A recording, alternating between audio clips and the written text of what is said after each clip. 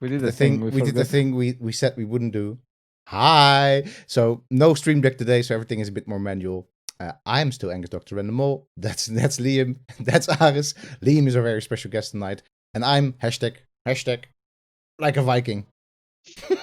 Hashtag like a Viking. Hashtag like a Viking. So I'm fully ready for what we're going to be doing today. Are you all ready, guys? Absolutely, especially now that I've seen the hat that goes with it. Yeah, absolutely. I can't promise I'll wear the hat the entire stream because it kind of is mucking up with my headphones. But I can promise you that I'll be it on top of the headphones. Yeah, it won't work. My headphones are too big. It's not my head that is too big. It's my headphones. But I will promise that I will be drinking mead the entire live stream. So if things get a bit dicey in the end, that's because I've been drinking too much of the god's nectar. And just gonna start seeing like the character fall off the longboat and into the water. Yes, exactly. Skull, right? Skull is what we should be saying. Yeah, I've got this mead. I was in Denmark this summer, where among many other lovely places I visited. I've two living history museums themed around the Vikings. They're kind of big in Denmark for whatever reason. Maybe we can talk about that later.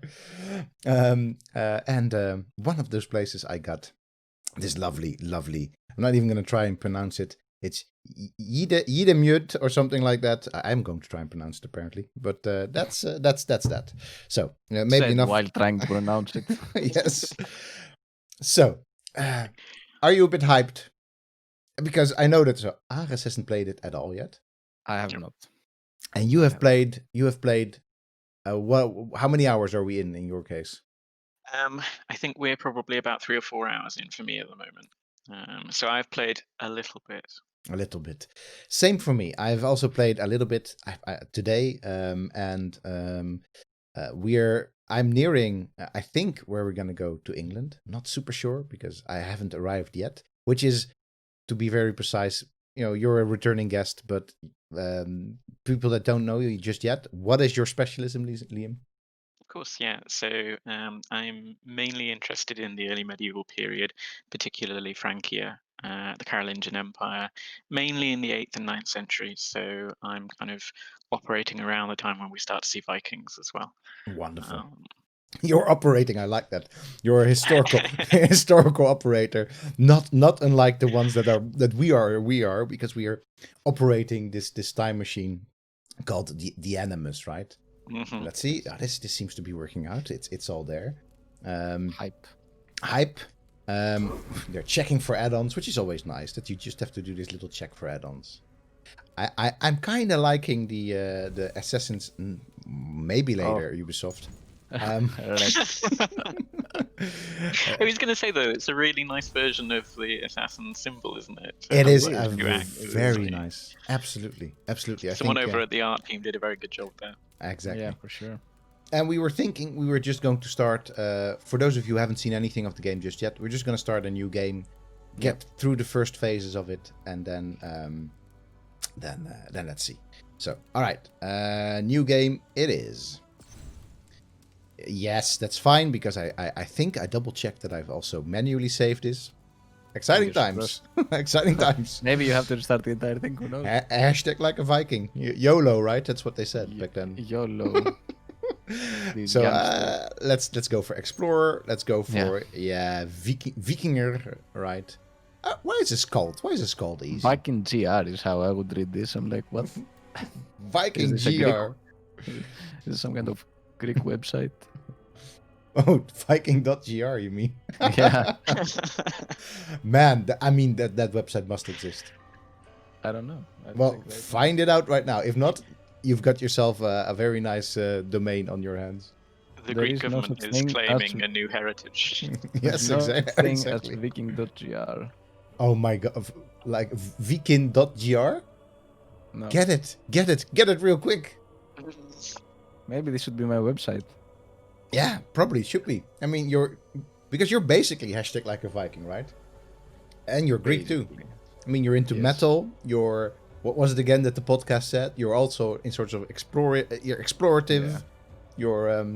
You stand up for yourself. But I don't think I have the the height or the muscles. Hey, man, as was recently found out through a genetic study, Yeah. Vikings had all sorts of heights and probably all sorts of muscles. And they weren't just the big burly warriors, right? The fact mean, that I I think don't know. they said in the podcast as well, didn't they? Like, not all Vikings were necessarily superhuman strength. And I was like, yeah, probably none of them were superhuman strength. They were just people. yeah, exactly. The You mean superhuman. humans were not Yeah. superhumans? Yes. Wow. Yeah, for sure. And it just so happens that, of course, we are, accidentally playing a Viking, as you will see. That is kind of superhuman, or at least above the strength and height of Aris, which maybe superhuman. I'm not going to say. I mean, that's a super, relative bar. Let's super admit it. super It's a Aris relative strength. bar. Yeah. Even I am taller than the average Viking, according to the podcast. You know, Corina, I wouldn't know how tall you are because I've never seen you for No, realsies. you're probably taller than me. Silence, you children of gods, and heed my tale of time's beginning. All was dark. There was no sand. There was no sea. No earth, nor sky. No grass, nor wind. Till fire met ice in the You know where this is going, right, dazzling Aris? void. Yeah. I know. I can see it coming. And from this screen came the giant Ymir. First of all beings, beings. ancestor of value. Proud Ymir, cruelly killed. Wait, you dead, bro? You dead? I'm dead. From whose bones and blood And from my skull. brains the world was made. The world you walk and war upon. You know, when I first saw this intro, like, the first thing that came to mind was what a similar vibe it is to the kind of Gaia walking you through the God of War histories and experience. Yeah, exactly. Yeah. Yeah. And it's strange that Ubisoft would have said, like, and they did explicitly say in interviews, like, it's going to be this completely different take. And it's like, it doesn't feel very different. yeah, you're taking a lot of the same trends here. No, for sure. I think that hello, there's young Ivor, by the way. I think that generally this game reminds me of a lot of games, and not just the. Often Assassin's Creed games remind directly of Assassin's Creed games, but this one reminds me of a lot of other games, particularly God of War. I mean, of course, with the the Norse theme, but also just generally, and also The Witcher, hugely.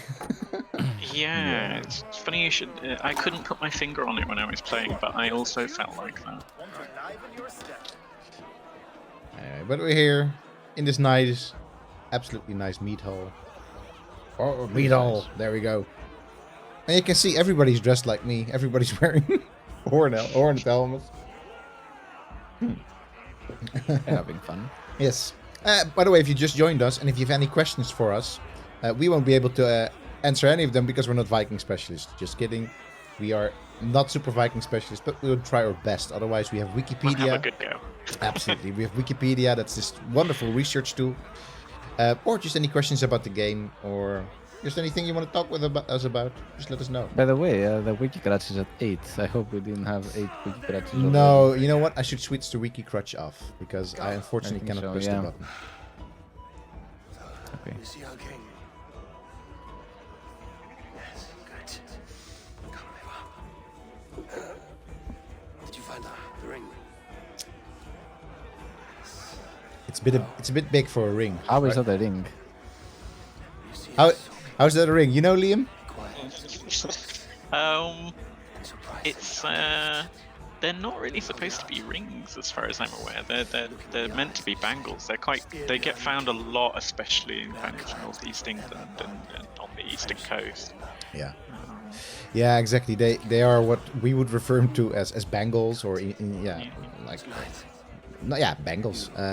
But I think that they refer to them as rings as well in Anglo-Saxon sources sometimes, right? In Old English. That would make sense. Yeah. Yeah, so they're not the tiny rings that we're used to. So these would be arm rings, and some of whoa, get out of my way, man! I think a few of them were found at the Sutton Hoo Hoard as well. Yeah, I might actually look that up. I think so. But they're a regular bracelets to us Americans, absolutely bracelets. Bangles. I always like bangles because bangles reminds me of the band. Look at him, or look at them actually going, because right now we are not anybody yet. Well, we are this young kid, but we're later on we get to decide what that means in terms of our gender. Oh, okay. No drink in your fist? We are ambiguous currently. Which I really like the way that they've done this with this young kid. That it's the voice and just the whole demeanor. It could literally be It just could be either. any kid. Yeah, exactly. Suit yourself. If you're not I'm getting skeptical of the hairstyles in this game. Not so much now yet, but a little further in. Yeah, it's the hairstyles are a bit wild here. Wait, let me. That guy had a wild hairstyle, for example. Yeah, for sure. Let me get Quite through a here. few seem to have like stuff that's going to border on like a Mohican. Yeah, absolutely. And this almost punk-like thing. So one of the things that I think is a real Weird, big, this guy, but yeah, I mean, is a bit of a pity is that you have so little control over the camera in this first scene. yeah. Because literally I cannot look at other stuff, and my first inclination was You have the ring? to really look around this spot. Hey, look, Aloy. Grandfather. Absolutely, right? This is just picture perfect Aloy, isn't it? From Yeah. Horizon Zero Dawn. That is so much like Aloy, yeah. Everything like The face, the movement, the type of gear, the hair, the color. I really wonder if they made some sort of like arrangement with Guerrilla Games that like, hey, we're gonna do Aloy in our game just for a little bit. So don't you mind? Is this a crossover episode? I think this is a crossover episode, but now I have a bit more control over the camera again. So, I always wondered as well here because you can't zoom out when I was going through this, like it kind of made me feel almost claustrophobic. Like there's so many people, like, and I wonder whether it's intended to feel a little bit like that, like a little bit mad, a little bit rushed, a little bit like everybody's sort of crowding in. yeah, like these feasts, probably, or just any feast, in the before times, Yeah. but particularly also right here in those meat halls, would have been right. They would have been kind of crazy, rushed, scary places. Well, it's not scary necessarily, but for a young kid, yeah. So cute. Thank you, Eivor. As you say, they've done a very good job on the voice there. That it's just so ambiguously a child. It's not. Yeah, yeah. Hearken well in Hall of Kings. On ocean steed my words gain wings. Odin's mead I forth will bring. It wouldn't be Vikings without mead and singing. Absolutely. Right. Gonna sing. I kind of want Does to this sing mean along. that? I was going to say, does this mean that Angus is going to have to start singing as now the resident Viking again? Absolutely. I'll sing. To Valhalla taste. I just I wonder if this is some kind of adapted Viking song that they sort of used, loosely translated for the game, or if they just came up with the entire thing themselves.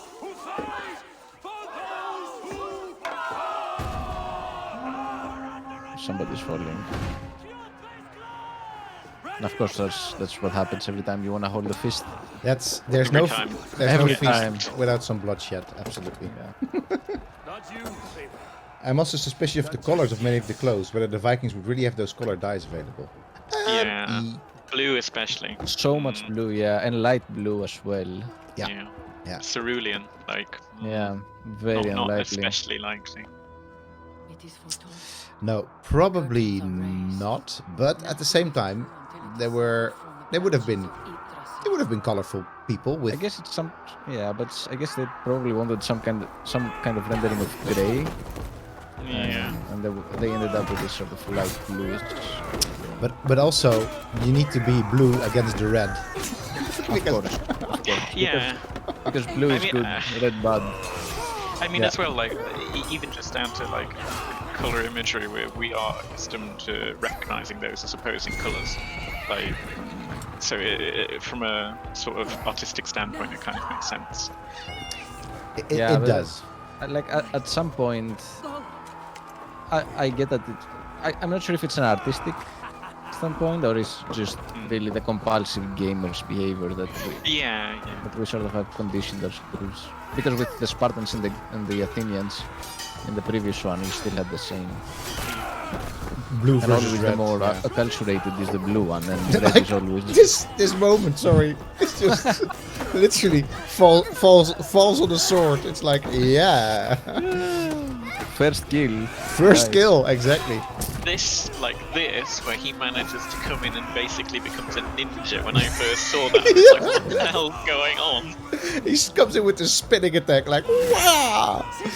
Takes out this full-grown dude. Yeah, Like, it's he might as well have backflipped into the scene. yes, yeah. They go to some length to establish him as a cool character. Let's put it like that. Yeah. Aloy, no. Also, I have to say, like the moment that somebody comes in and is like, "We're under attack," it seems like the enemies were already in there. Like, you would think that they would have stopped the feast a bit earlier. It's a surprise attack, my friend. It's a surprise attack. That sort of stuff happened. I mean, they don't call it a raid for nothing, right? So here we see.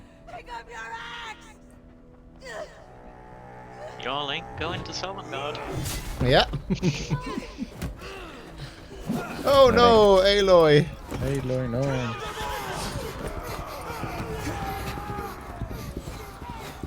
So I just want to point out that I'm not doing anything here. We are just Yeah. watching a Metal Gear Solid-like cutscene that is more or less been going on, except for with a little bit of control I had earlier on. Yeah, also you didn't really have control, you just moved the character through rails. Yeah. I've been playing a little bit of Detroit Becoming Human recently, so when this scene started playing out, I was thoroughly terrified that they were going to throw some sort of quick time event on me, so I was like hovering yeah. my fingers over all of the keys waiting. yeah. Poor horsey, by the way. Just like, bye horse. Bye, Eivor, soon. By the way, like, talking about bad luck. Escapes from an attack on a feast. Thrown off a horse. Onto cracking ice. Mauled by wolves. I mean, What's interesting here, though, is that he gets saved. Well, I'll wait until people see it, and then I'll... Oh.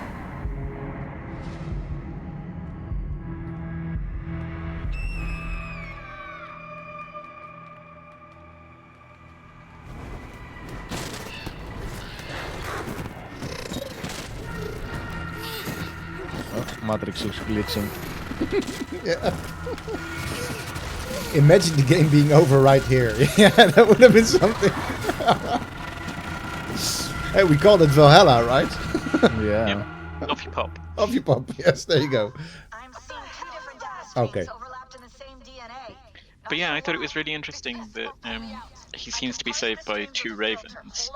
You know, the usual symbolism for Odin, so Hugin and Munin, and the wolf being what, Fenrir, like Yeah. Loki's son. Like, so Wolf. there's a lot of symbolism in this beginning section. Yeah, that's a very good point. They're definitely That's a very good point. going with the symbolism straight up.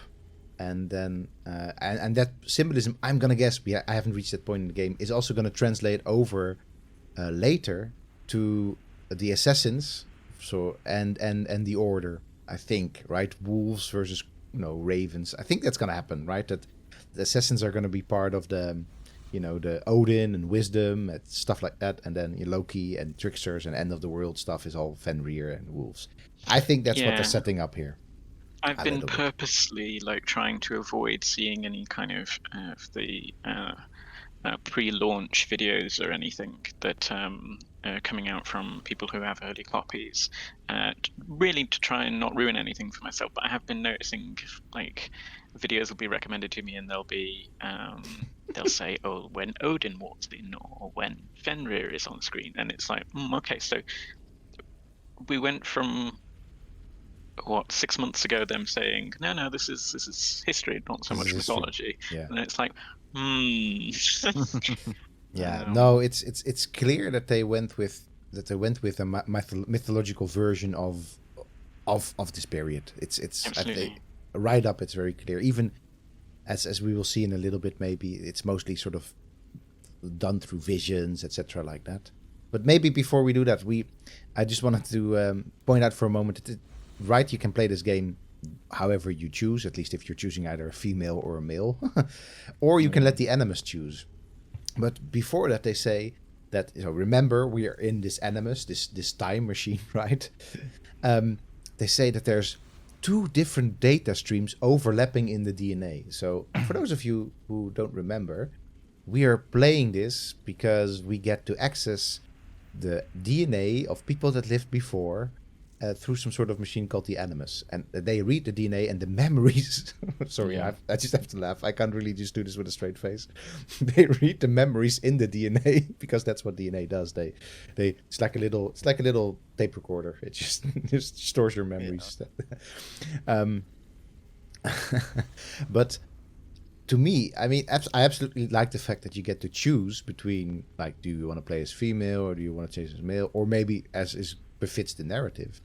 But the whole idea of 2 overlapping data streams, maybe there's going to be a diegetic explanation for this within this crazy sort of universe that is the Animus.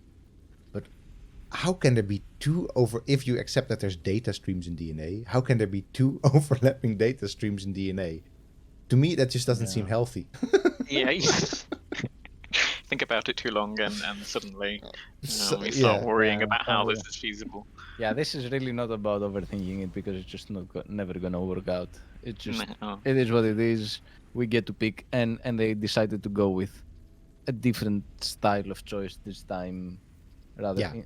contrary to like Assassin's Creed Odyssey, where you sort of And picked- I wonder really why that is. So one of the things that is kind of clear is that, I mean, Assassin's Creed Odyssey had I don't even remember what they were called, but it's Cassandra and Alexios. Yeah, Alexios, yeah. And they had different characters as well, a little bit. They were very different voices, very different, and I don't think that's the case very much with these 2 characters. They're No, just the 2 portraits seem so much alike.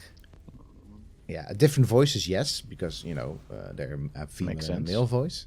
But otherwise, it's... So I think maybe they were looking at the data. Remember that there was this data coming out of Assassin's Creed Odyssey saying that only about 20 to 25 to maybe to 30% had chosen Cassandra. Mm-hmm. That they were like, you know what?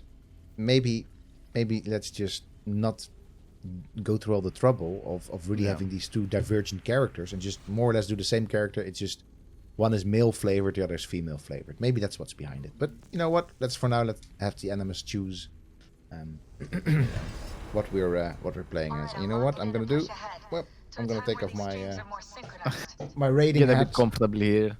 Yeah, because now I also have to listen to try and stay in sync with the sound of the game. I have to do this pro gamer thing. There we Double go. up on headsets. I have to There you double headsets. Yeah, super pro gamer. I played Cassandra in Odyssey. Yeah, same.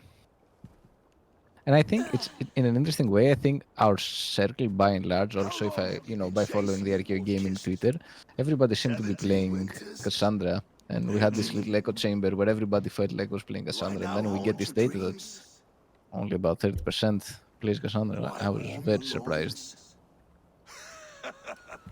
Especially because a lot of the really popular walkthroughs and playthroughs are often with Cassandra. I almost never see Alexios. Yeah. Also, he's boring. Let's admit that he is just so boring. Alexios is kind of bland. Yeah. Few things would please me more than to kill with this blade. But I know you would defy me to the death, fighting for a glorious end. That I will not allow. Ooh. I want to fight you to a glorious end. Your final days, enthralled as a slave, humiliated. I mean, here, Your death will be shit alone. here is like impeccable for having a long fight. Kill the rest of our crew. Make them suffer. Although that was a really common That name is dead to this insult against Vikings from the Anglo-Saxon perspective, wasn't it? You will be worth your weight All of in these silver. dirty Vikings coming over here and stealing our women because they look too pretty. It's a problem, you know. It's a problem. It's not that they're barbarians, they're just too pretty. Yeah. You move. Whoa, that beef over there. Take your eyes. You hear That me? vessel, that ceramic vessel, it's so spot on. I like that. I like that How when they... like wow, and also like bright blue, like Yeah, but Attack north, then cut it was bright blue. They had bright blue pottery. I mean, I don't know, truthfully, probably not that big. Not that big, probably. yeah, right. Wink. Great skills, Angus. All a cutscene still, huh? All a Yeah, I cutscene know. still. I mean, Angus, you're doing so well. Oh, Oh, well, that's not a great end. no. hey, don't mess with the best. You will never leave this.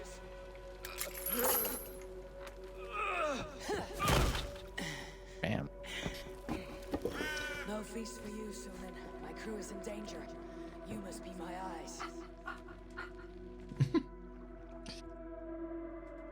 Finally, some control. Finally, some control.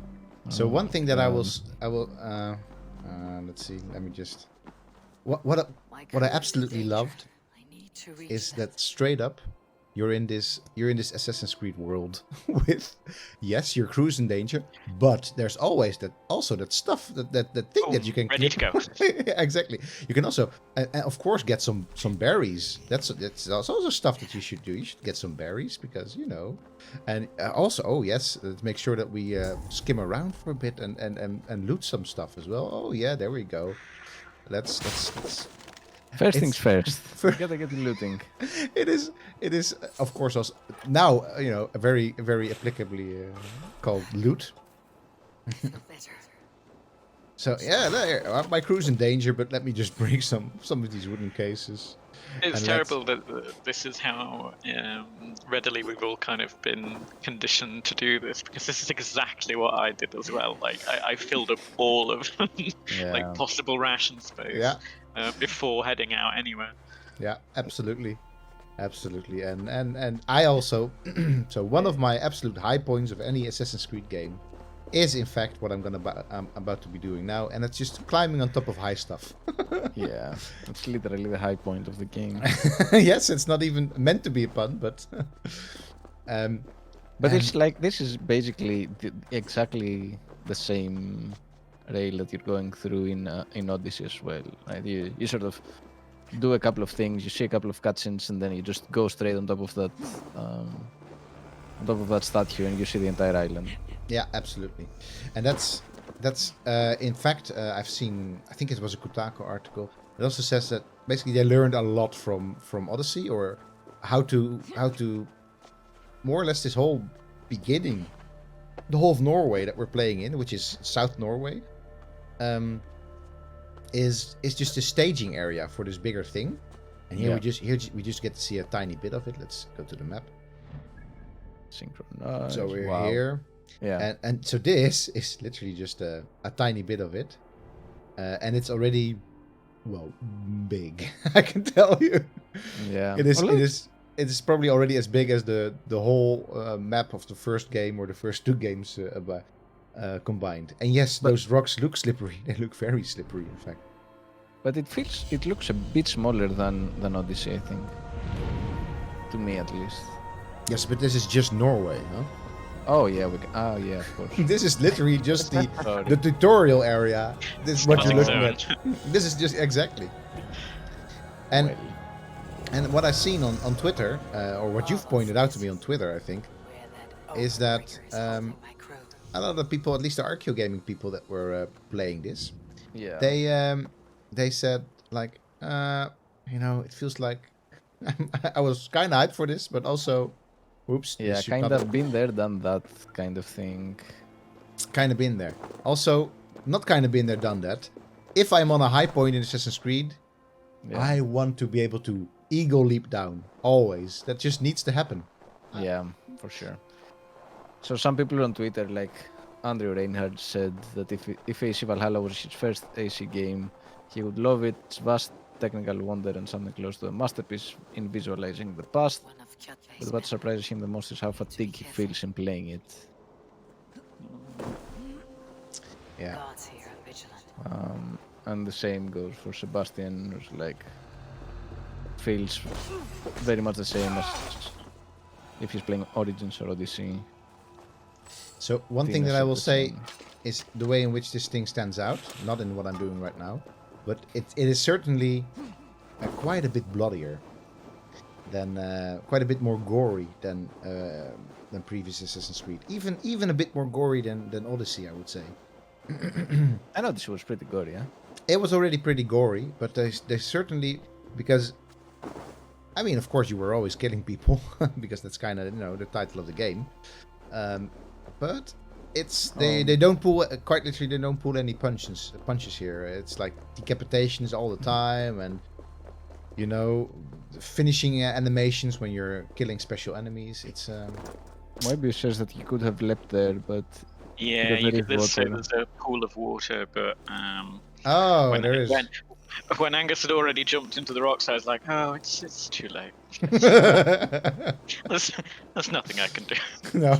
Yeah. Oh, but I did jump in that pool the first time that I played through this bit.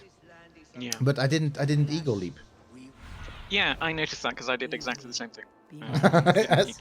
Thought it was a bit weird. Yeah, it's one of those things. It's you do exactly the same thing in this game, even if it's this massive open world. I mean, this is just the first start, but I mean, just generally, of course, that's how it works.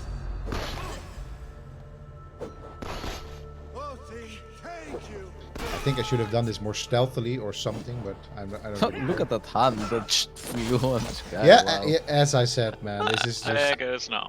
Yeah.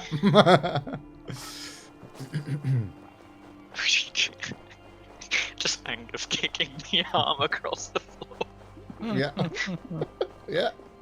Your running the animation of the running looks a little bit awkward. Man, okay. Too broad, right? Thank you that you're saying this, because one of the things that I don't want to do is like bash this game, because at the same time we're walking through this gorgeous snow landscape, but I mean, you're also... What is this? It's peculiar, yeah. Yeah, and I at first thought this was because of the, the snow, but it kind of isn't. You're also running like that in cities, so... I mean, if it has different animation on running like on non-snow ground, then sure. Whoa. History responds. Yeah, yes, absolutely. Yeah. So I saw a cutscene in LP. A lot more gruesome than anything I've seen of Odyssey. Yes. Yeah. Kjotve tried to sell me off. A mistake he'll regret. Not today, he won't. I saw him board a ship at Aval's Nest not long ago. Sailed east, leaving our crew behind. There must still be time to save our men. Casual big bad exposition. Sorry, you can't kill the boss. Yeah. Yeah, exactly. That's also like, sorry, but I keep bringing up Odyssey, but this is like literally exactly the same thing, right? Yeah. Literally, like almost word to word. If you would change the names, you would have the same situation in the first steps of Odyssey. Yeah. Like, oh, even the person sailing away, like, oh yeah, he's in a different island now. Okay. Yeah, exactly. Different island. Less snow, but for the rest, yeah. All right. So we can either go through this particular scene, which it's a slow burner. This game. Let's put it like that. What we're gonna be doing now is not gonna change anything. You're gonna be 4 or 5 hours in before I think the narrative really hits its stride, because more or less what you'll be doing what I did for this 3-4 hours is take revenge on this one dude that and that's spoilers, that's done after 4 hours. I think we can sort of go for that. And so maybe we skip ahead to a little bit further in the game. Yeah. Let's do this. So we've sort of set up this thing. There's more characters that will be introduced later, but it all isn't very important for either the gameplay or the narrative, I think. All right, let's see if we can get to something a bit. Jay says your princess is in a different castle. Your princess. Yeah, it's a very good example of that. So birthrights, I guess. This one, yeah. What did they say about like manual saves? Not like oh, you're gonna lose your autosave. No, it's all here. What? Which one should I pick now? I guess this one. It's exactly this. Oh, this is a cloud save. All right, sure. Let's just load this one. All the saves. Hmm. So did you buy this game? Did you download it or did you buy the physical copy? You know me, man.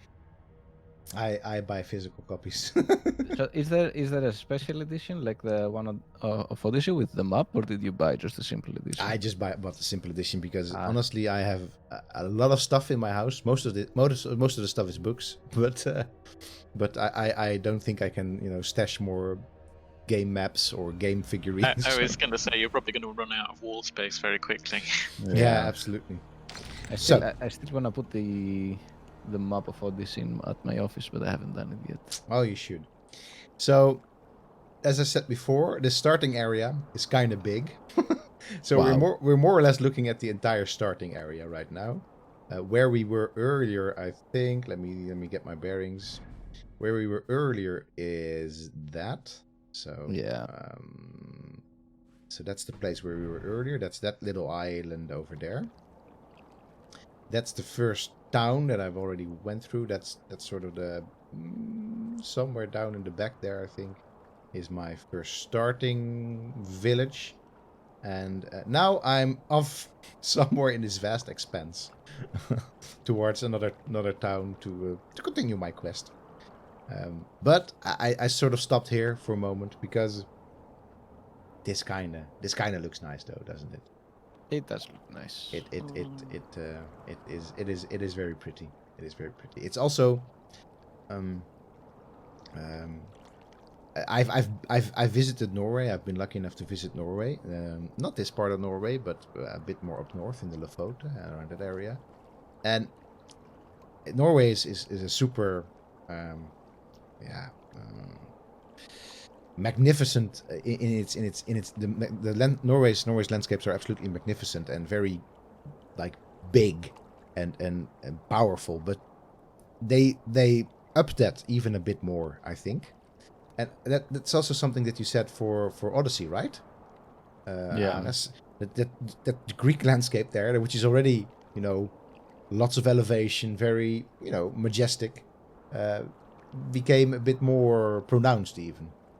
Yeah, and I mean the Greek landscape was, with all the islands and like everything was condensed and cranked up to 11 basically, which is, it's nice in a way. Like from also, that was especially visible in Athens, where it was a city that must have been significantly larger, but you got to experience every aspect of the city, but then cranked up to condensed and bigger. Yeah.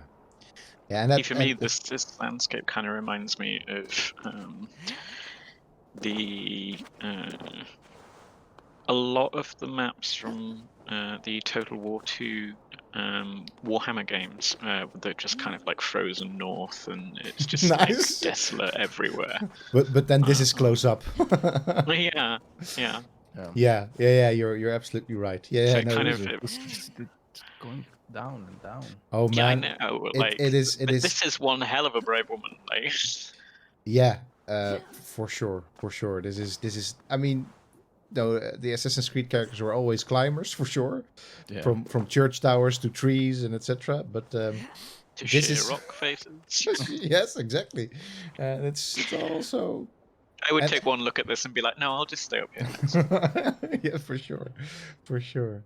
But even as a gamer, I kind of did that. So I was like, do I even want to go up there? It's like, this is gonna be hard. Let alone if you have to do that for realsies. The chat is discussing who would be the Dutch assassin. The Dutch assassin, Balthasar Gerards, yes, for sure. By the way, Times, I did see your request for looking at ceramics. This is a stream in which we do a lot of archaeology watching, so I'm sure we at some point will. Oh, no worries. We'll watch Garrett it. is here as well, by the way. Hey, Garrett. Also for JA. Wonderful that you're here. Look at me just sliding down the snow.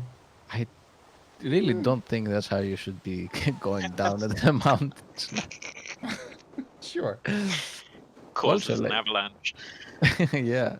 Also with a bow on the back, like no problem. Bow just doesn't break. That doesn't No. get caught on anything. No. Just slide down the thing. Slide down the thing. So, wait, you know what? I probably maybe should... Oops, no, not that button, this button. Can I call my Of course. Of course. Out of nowhere. I don't know her. I like that they always come from off screen. Yeah. It's not where you're looking.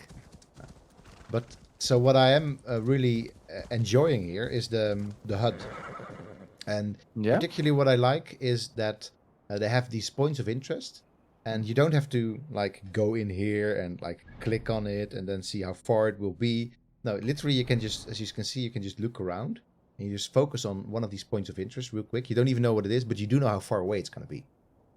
So I think that's a real improvement above previous. I don't think there was an Odyssey. It was sort of an Odyssey, yeah. With It was that, a little bit more complicated, I think. But yeah, exactly. generally, the Odyssey was a bit cluttered, I felt, because you had all. I don't know. I guess you're gonna get some special moves here, but in Odyssey you had these 4 special moves that you always had to look at and cooldowns and stuff. Oh, that's true. Yubi also made a snowboarding game recently. That's true.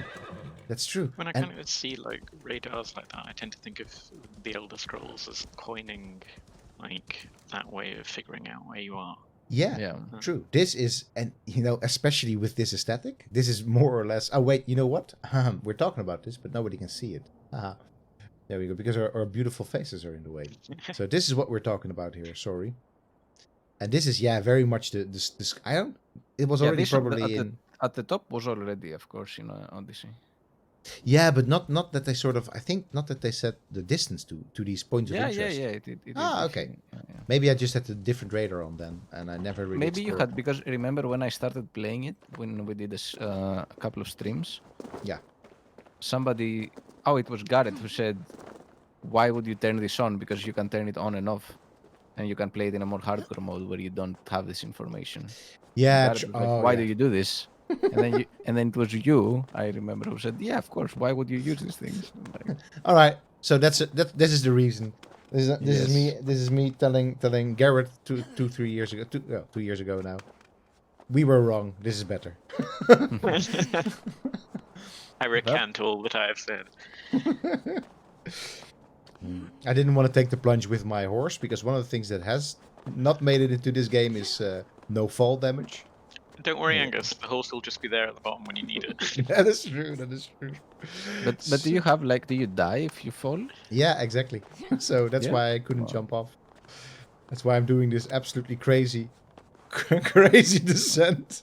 Just jumping down. This is, I have to say, this has been the most of the start of my game has been just hanging to circular rock faces. It's a thing. Well, there we go now. Ooh, Oh no.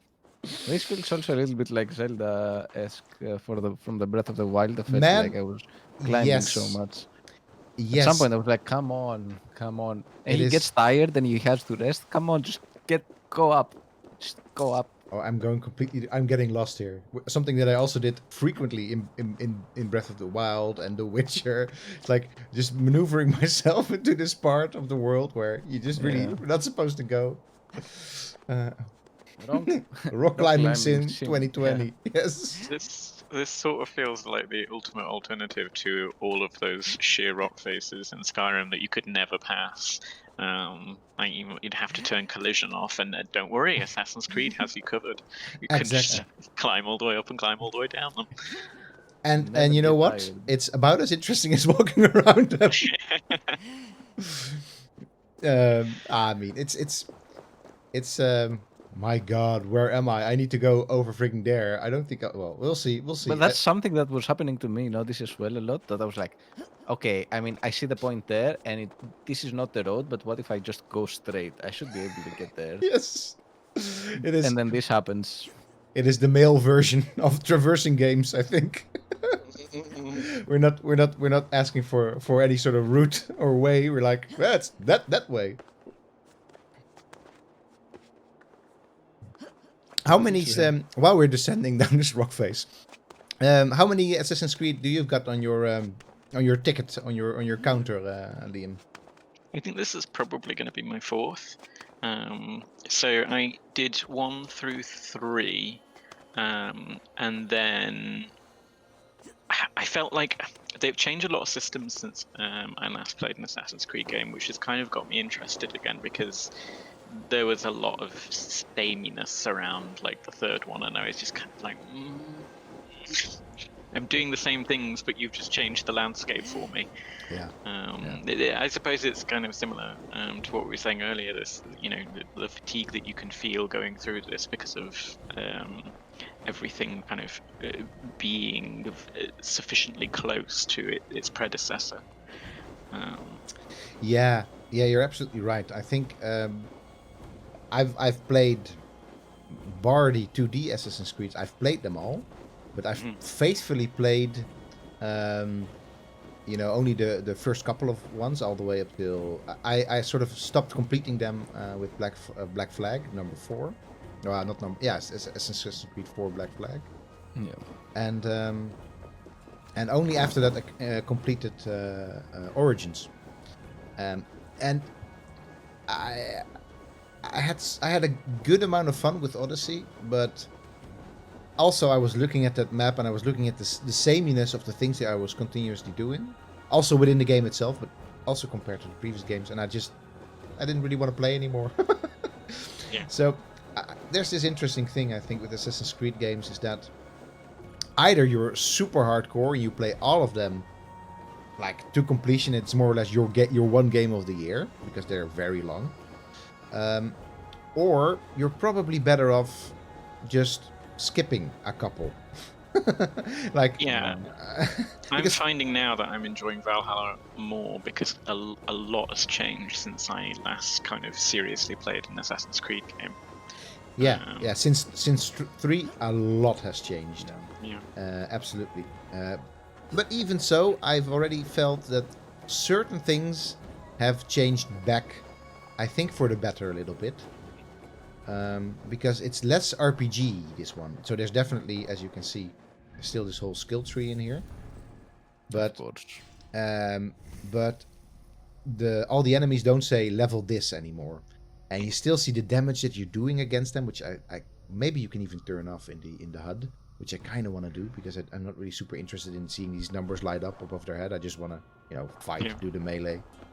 It's an oddly mix. Again, it comes back to that kind of hack and slash God of War feel, doesn't it? Yeah, it's a very similar vibe. I suppose the only other thing that is maybe similar but perhaps of a different genre is you do get it quite a lot on MMO games as well. But to a certain extent, that's often for MMO players are just incredible at min-maxing, so being able to see the raw digits that are coming out.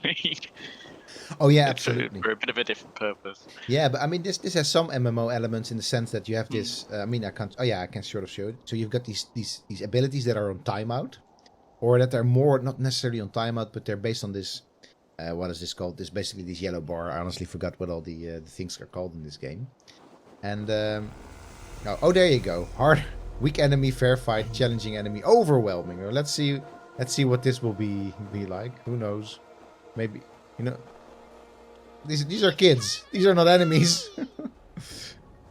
Wait, what is this about? I hope they're marked as overwhelming. Yes. War. Look at you, a battle-hardened Vikinger. Times Roman asks, nitpicky, but it Vikings had these torches with three legs bronze things. One day, We're gonna look at that. Enemies all the same. Kids, exactly. Skulls will write songs off the wolf pack. but we must first practice our raiding. You're a kid. Don't do that. Going on a raid. Then we shall raid. Don't do 3 raids, wolves, kids. and No, I'll be the don't do 4th it. to your lead. Let's not encourage minors to be involved in armed violence. No, exactly. Call to raid. 4 Oh, you're gonna warriors, like 4 limbs of one Wait, claw. they're off already. Who are you raiding? Limb They're on a raid. They are. joy. Don't raid, kid. Go to raves. Exactly. Rave, don't raid. That would be a... Is there already a Techno Viking t-shirt with that text? Torches What are you even doing? You're getting on this freaking... ready for the slaughter. I didn't say Angus someone, produces his but thoughts. I said Times New Roman. So where are we going, kids? What are we even doing here? This feels very much like the Four Musketeers, where 3 of them have just not actually grown to musketeer stature yet. Yeah. Wait, I lost my kid. That's not the kind of phrase you wanna say. Wait, Wait. kid, where are we gonna go? What's the Kid whole is like, deal? never Kid? mind. Where are we going? Oh, there he climbed. The raid's over. Oh, I'm sorry. I guess we're gonna go there. I thought we were gonna go to the other symbol thingy. Great parent babysitter, absolutely. It's been known to happen, you know. It's fine. Does it still have this thing that you can automatically ask it to walk on a road? Yeah, it does. But so, kid, what are we doing here? I'm now here. Maybe he regrets.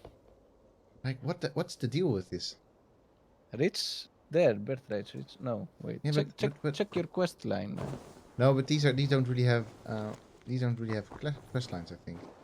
So what are you They- doing? What are we about, kid? He's following you.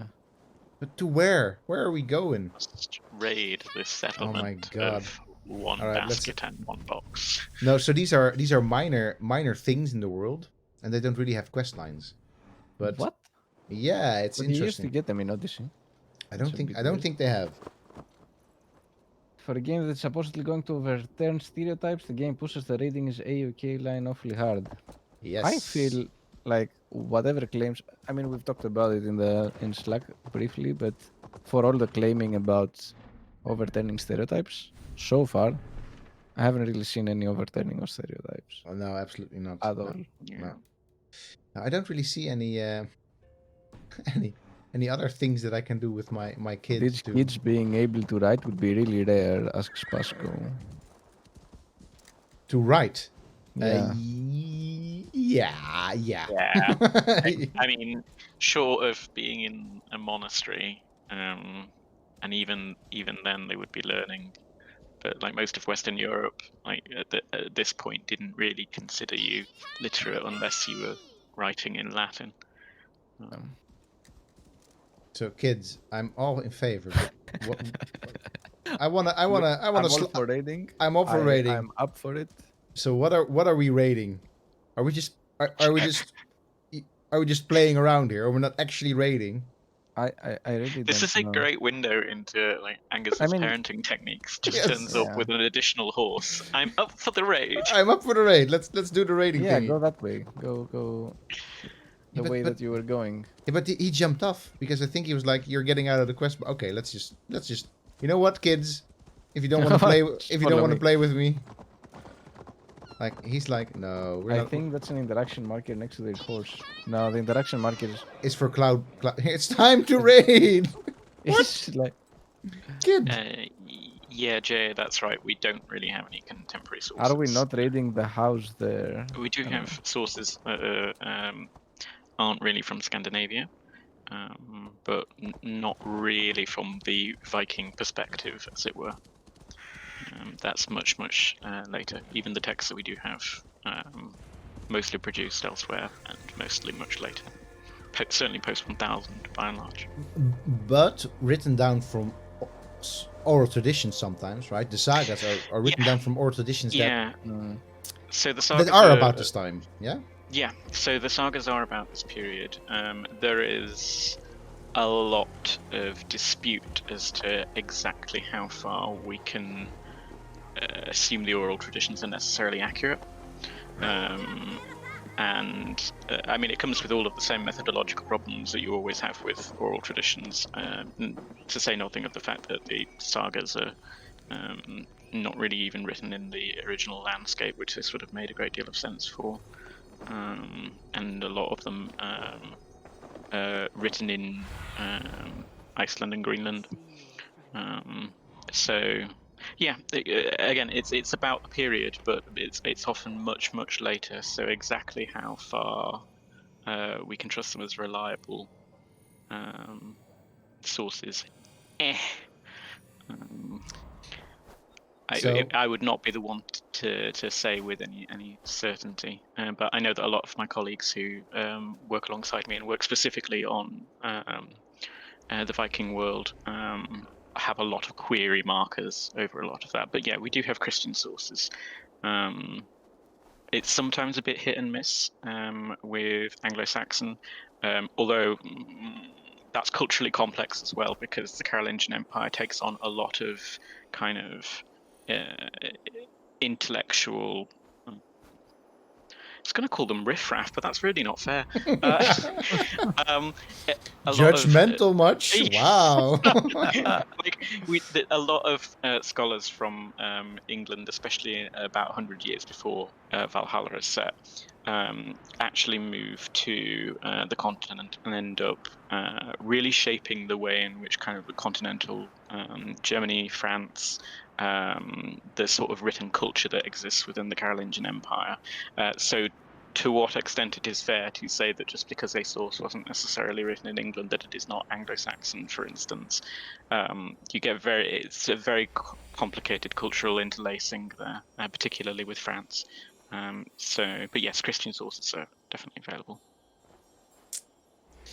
So we're looking for this. I just did a little tour of the town while you were at it, and I nice. flew around the meat hall or basically the royal palace, because I think Harold isn't there. But I'm also supposed to look for a key. If you ever have to look for a key, you're just gonna send your raven out, and he's just gonna like fly on top, like, yeah, it's straight there between all the pigs. So go get it. So a couple more stuff from the chat. Corina says, silly question is in general, but Vikings in the time had med, which is made of honey, but all that cold can't be good for bees.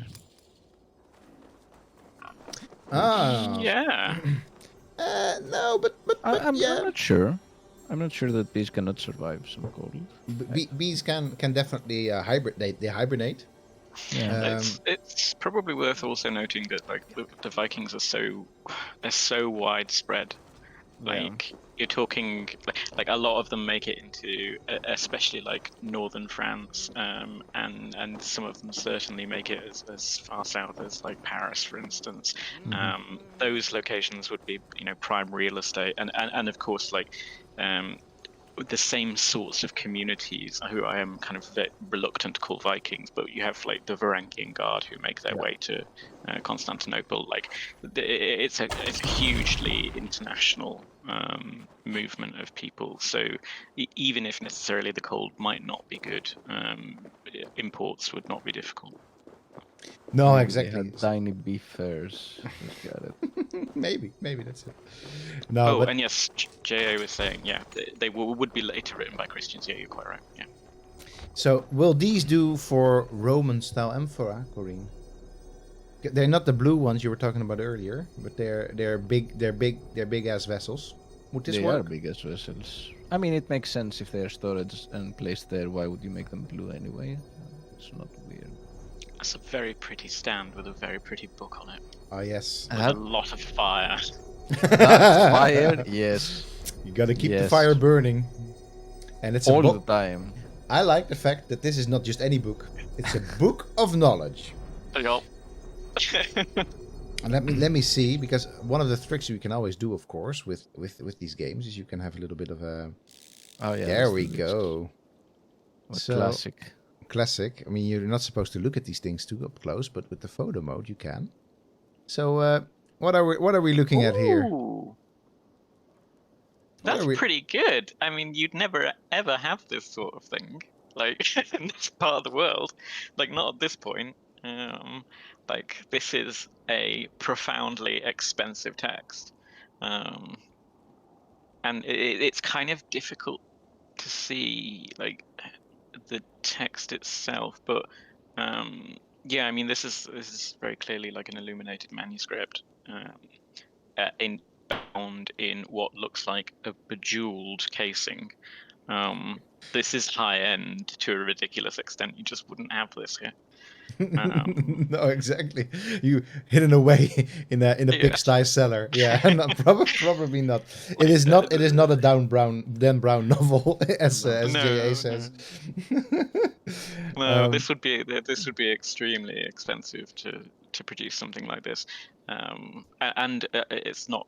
We can't really tell because it's not sufficiently high resolution. But like, it would be interesting to see from a kind of paleographical standpoint where they've taken this, because you can tell the kind of period that, I mean, if they were doing this accurately, I would expect something like Carolingian minuscule from this area. Yeah.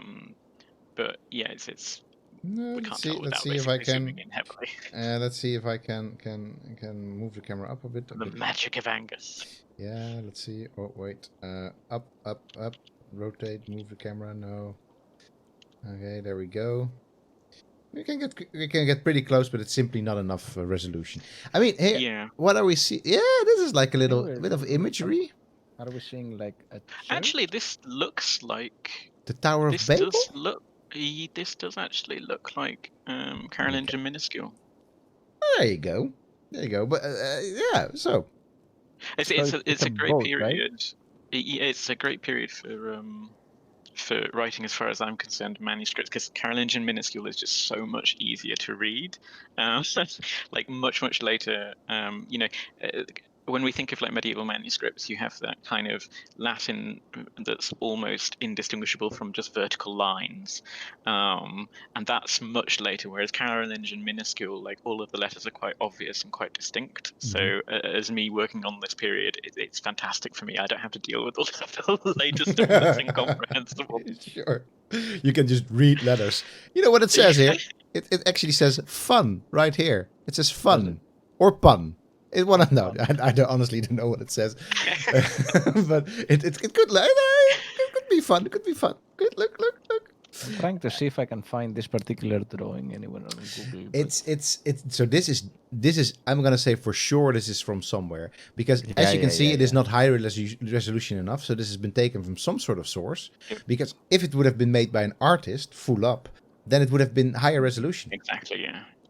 Because as you can but see, I would suspect that would be easy to find because of that, but it doesn't seem like it's easy to find. Man, they've got their ways. They've got basically the whole of Europeana to play with as a database, and lots of other things. That is true. I forget about this, but it's true. Look at this damage to the book. Yeah. Horrible. Yeah. Horrible. I mean, they're still keeping fire right next to it. It's in a cellar next to the fire. Like water must be dripping from there. Also, what's up with that skull above it? I guess it has to complete the setting. Could be that this is basically the Necronomicon that we're now going to pick up. Yeah, I guess. Book of knowledge. Read Lovecraftian hell. I remember a small sidetrack with the story, but when we the first time that I had met the professor of or the guy who was teaching Near Eastern archaeology in Greece, in Athens. Not the first time. We had met a couple of times, and we had trolled him with my friend because we asked him what does he think of the Necronomicon as a source for Near Eastern archaeology, and he took it seriously, and he went and looked up the Necronomicon. He was like, he came back to us and was like, "Yeah, I kind of don't think that this is a real book." That was like big level trolling. I was so happy. That is good. That is good. Yeah, it's also good that he said it wasn't a real book, but because you would have been kind of scared if he came back with like. If he came back and he was like, "Oh yeah, this is a real Sumerian source," I would be like, "Ooh." Or even worse, he's like, "I looked at this stuff. You kids have to run, like run, run." Yeah, I accidentally opened the portal. Yes. Wait, what are you fighting about, people? No fighting. There you go. So we are going to have to find. You know what? Let's see if, because I kind of want to visit the meat hall, because that's also something that Corinne asked for. Because I honestly don't know if we'll get back here so easily.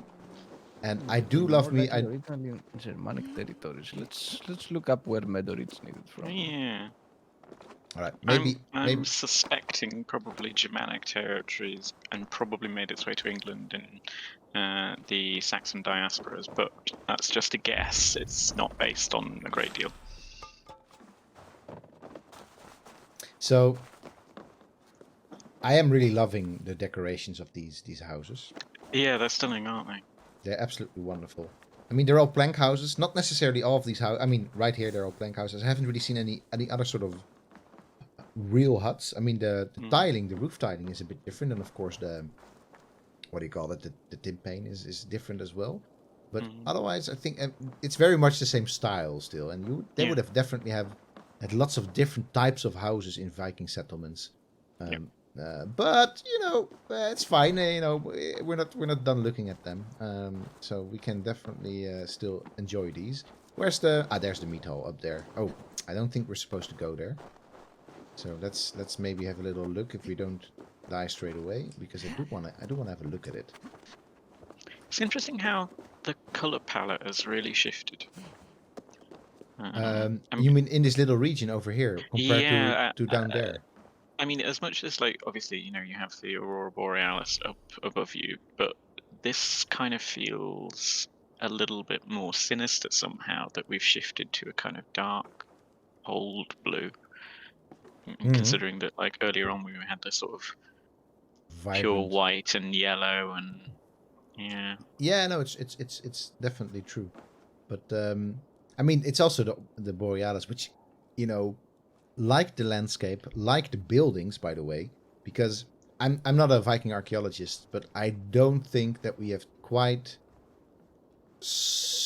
I mean, I'm sure there were meat halls of good size, like, you know, holdfasts of good size, but quite this big, this Heorot-sized thing. This is big. This is big. Let's put it like that. I'm not entirely sure that they would have been quite so big. Don't hold me to it. Not a specialist, but I think they've also, you know, together with the aurora borealis, which can be spectacular, but not like this every single night, especially not in the south of Norway. Yeah.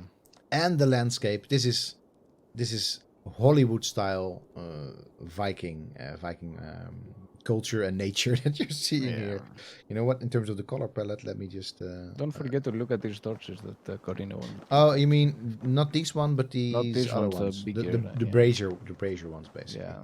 I'm not sure we are allowed in without. I'll try. So med seems to be, various residues of honey, rice, and organic compounds associated with fermentation seem to be present already in 7000 BC China. But the earliest surviving description of med they do also turn up in. You do get some version of mead, which we know is part of the Assyrian culture as well. Yeah, yeah. I mean, this thing in general with sweetened wine with honey is present in Greece as well. It says here that Pliny the Elder differentiated sweetened wine from mid eventually around his time, so 1st century CE. But there must have been versions of mid in classical Greece already. But also it says here that the first tested in Europe seems to be coming from the bell beaker culture, originating from Britain and then going towards continental Europe. Bell beaker. Bell beaker. I don't know. Every time I hear something that has to do with Dutch archaeology, I at least, you know, want to give it a small shout out. Because we don't really have many of those cultures here. We don't have the, you know, Vikings or the whatever. We just have to do the bell beakers and then you know, some other beakers. But this is the one that Corinne wanted us to look at, or now am I still not going for the right one? Because this seems to me like a big brazier, basically. Yeah. All right. We used to have a member of lecturing staff here who would run a course on the Sumerians, and then at the end of every course, would spend the last lesson having everybody make mead. Oh, nice. In a That course is- about Sumerians, Yeah, and yeah. you would not make beer, but you would make mead. Make mead. Yeah. That's very weird. Why wouldn't you make beer? Beer was like the preferred beverage. It's a shame. Questions. Missed Questions. opportunities. Missed opportunities. I guess maybe he just preferred mead. Quite possibly. Yes. Yeah, maybe. Just have students make mead for it. Actually, to be honest, knowing Alistair, that sounds that's perfectly feasible. I mean, admittedly, Sumerian beer probably tasted like shit. Yes. Where are you, Sigurd? Interesting. Right, I so have to say, I had gotten kind of used to people screaming Malaka and stuff in Greek in Assassin's Creed Odyssey, and now it kind of bothers me that they don't. They don't scream Malaka anymore. Where is this guy? This Sigurd fella. Man, for having open all these things on your radar, you can't seem to find much. No, no, I guess wait. Oh, that's birthright, so I guess I have to go there. But there is something that kind of bothers me. Not really bothers me, but kind of bothers me. And it comes back down to kind of same old, that the series of like actions and stuff that are happening and the type of gameplay and everything seems so just also lady, aren't you called? But yeah, it just feels like not much, No, he's still young and you know? fit. Like, yeah, It it's was beautiful, not yeah, it's always amazing, so. but You could not keep us apart when we were What did we raiding. just wander into? You were Sorry, valued Agus, do. your looks. yeah, what's going on First time with the in the raid-loving middle of wife? a burning village. This is After a while, the crew made us stop. They said it was distracting.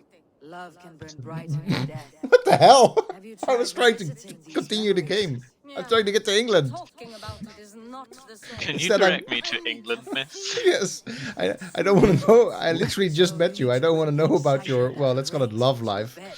I just met you and this is crazy, but could we raid England, please? That needs to now be a hashtag. I was Yeah. only well, all right. Wait. Jesus. Run while you can. Run while you can. Yes, you know what? I'm not gonna do this. I'm not gonna do Back this to live on back stream. missed raiding opportunities, Angus. I What love kind of how Viking they're are you? Raid-loving wife, raid-loving husband. Yes, I want to go there, Also- people. Let me go there. Where is it? Where is it? Hey, even? Stefan. Hey, Everybody's good, and the game is but where? a game. The game Come, is. wait. You know what? I'm gonna make use of my my little. Ah, there we go. I probably have to go there because I think he's probably drinking. Yeah, there, go there. Looks like the place you need to go. Yeah. The game is interesting, yes, in quotation marks. To me, at least. I'm not playing. A Norseman. A Norseman. Ah, there we go. No name, just a Finally, Norseman. we dodged going raiding with kids and basically And raid-loving wives, and apparently. loving wives. So, all right. What was that all about? It was flavor. Adding Also, flavor what to kind the of world. character, like, how do you characterize a person like this? How would you describe yourself? I would describe myself as a raid-loving wife.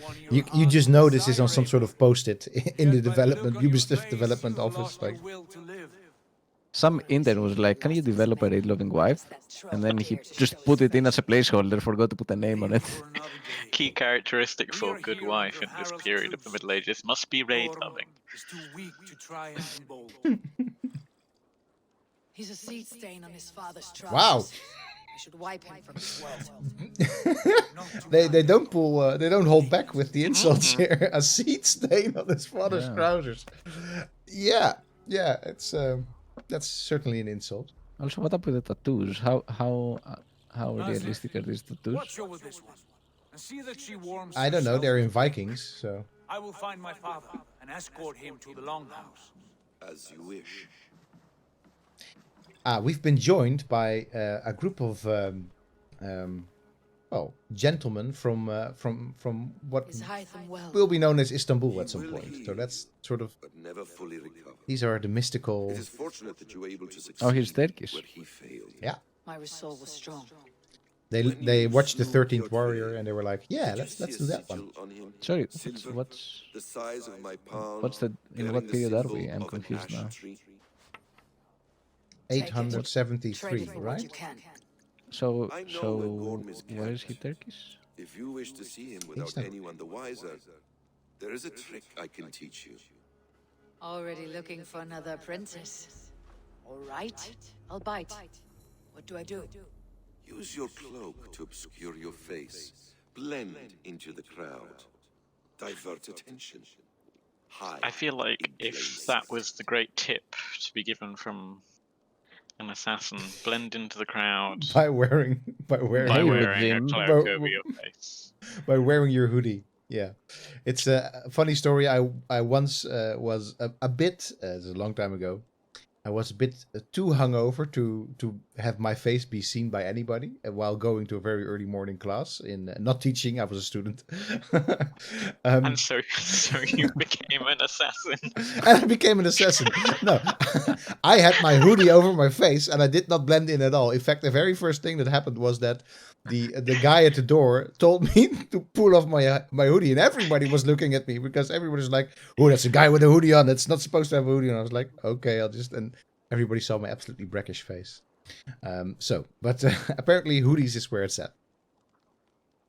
A gift of knowledge from a man I hardly know. Is this your way of asking me to join your brotherhood? Not at all.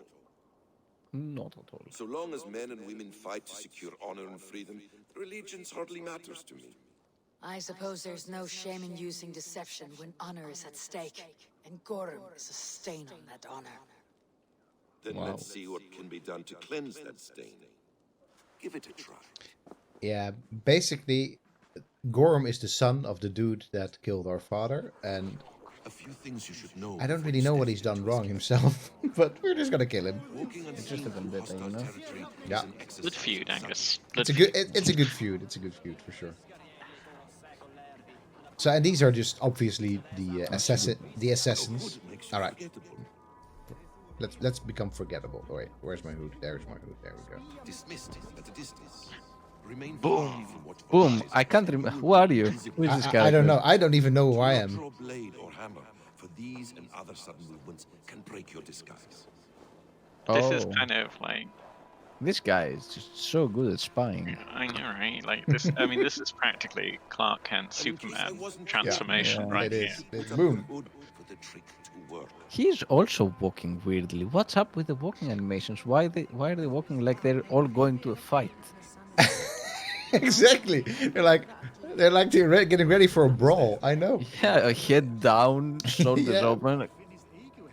You must absolutely blend in, but you must do it by walking in such a way as to intimidate everyone around you. Yes, exactly.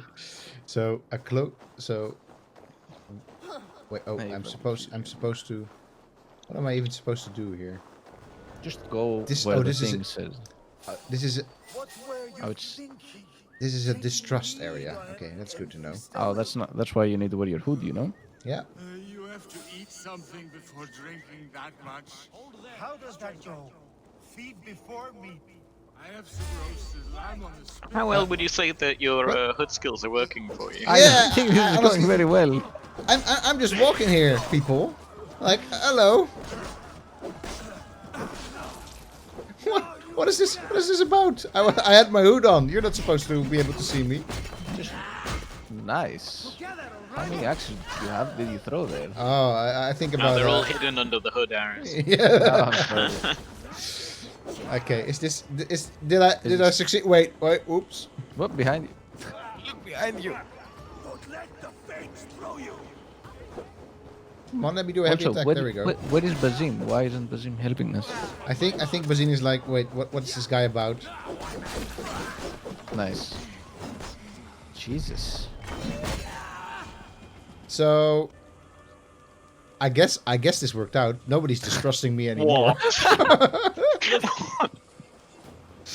Right? Your cloak just grows over you. Yes, like, yeah. That cloak thing. There we go. Basim is hidden, yeah. Basim is blended in. He is blended in. Yes. He's like an owl. It just blends in. He just blends straight in. He's blended in so well that we can't even distinguish a figure. You are It's just, cursed. he's just not Take up there. your weapon and follow me beyond these walls. Let Odin's favor land where it may. You dare not break the king's peace here. So fuck you and your god Whoa. talk. What say you? Mature to that? audiences, jeez. You are all subject to King Harald's truce. Break his peace and you will be cast out What? We of just all slaughtered 5 people outside. No, but they don't know that it was me because I was wearing a hood. Oh, God.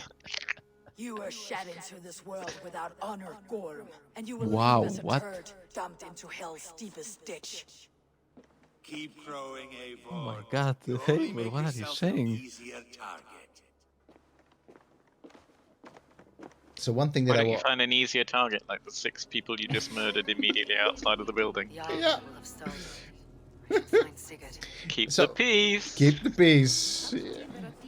This game is all about authenticity, you know? It is about authenticity. All right, let's run through that whole thing. Oh, so we get to go into the big palace. That's good. This conversation, indeed, my pure ears are ringing after that conversation. It is yeah. They're heavy metal. These Vikings. They're like yeah. Keep the peace. Stab the someone. peace. Keep the peace. What the hell, people? Oh, we don't really have much time. I mean, we have as much time as we're gonna make time for it. But this game has the most annoying drinking game I've ever played. And you know what? Let's just play it because it is just so absolutely annoying. I love the flighting game, the mini game that's in here, but the drinking game is. It is just. Wait, this is not the one that I wanted to go for. Sorry. This is the one that I Just want. get drunk. I was half expecting you to fall in there. Yes. To just do a keg stand straight up there. But don't worry, no one would have noticed because you were wearing a hood. Exactly. Sink it faster than me. You are the winner. This thing is. Let's see your silver. What's a drinking game without a prize? Well, a drinking game. It's just most of the time there's no prizes attached to it. But all right, let's go for a small bet. Usually in a drinking game, the prize is drinking. Yes. Yeah. And so. Oh, It is- and all of a sudden 5 people are in here.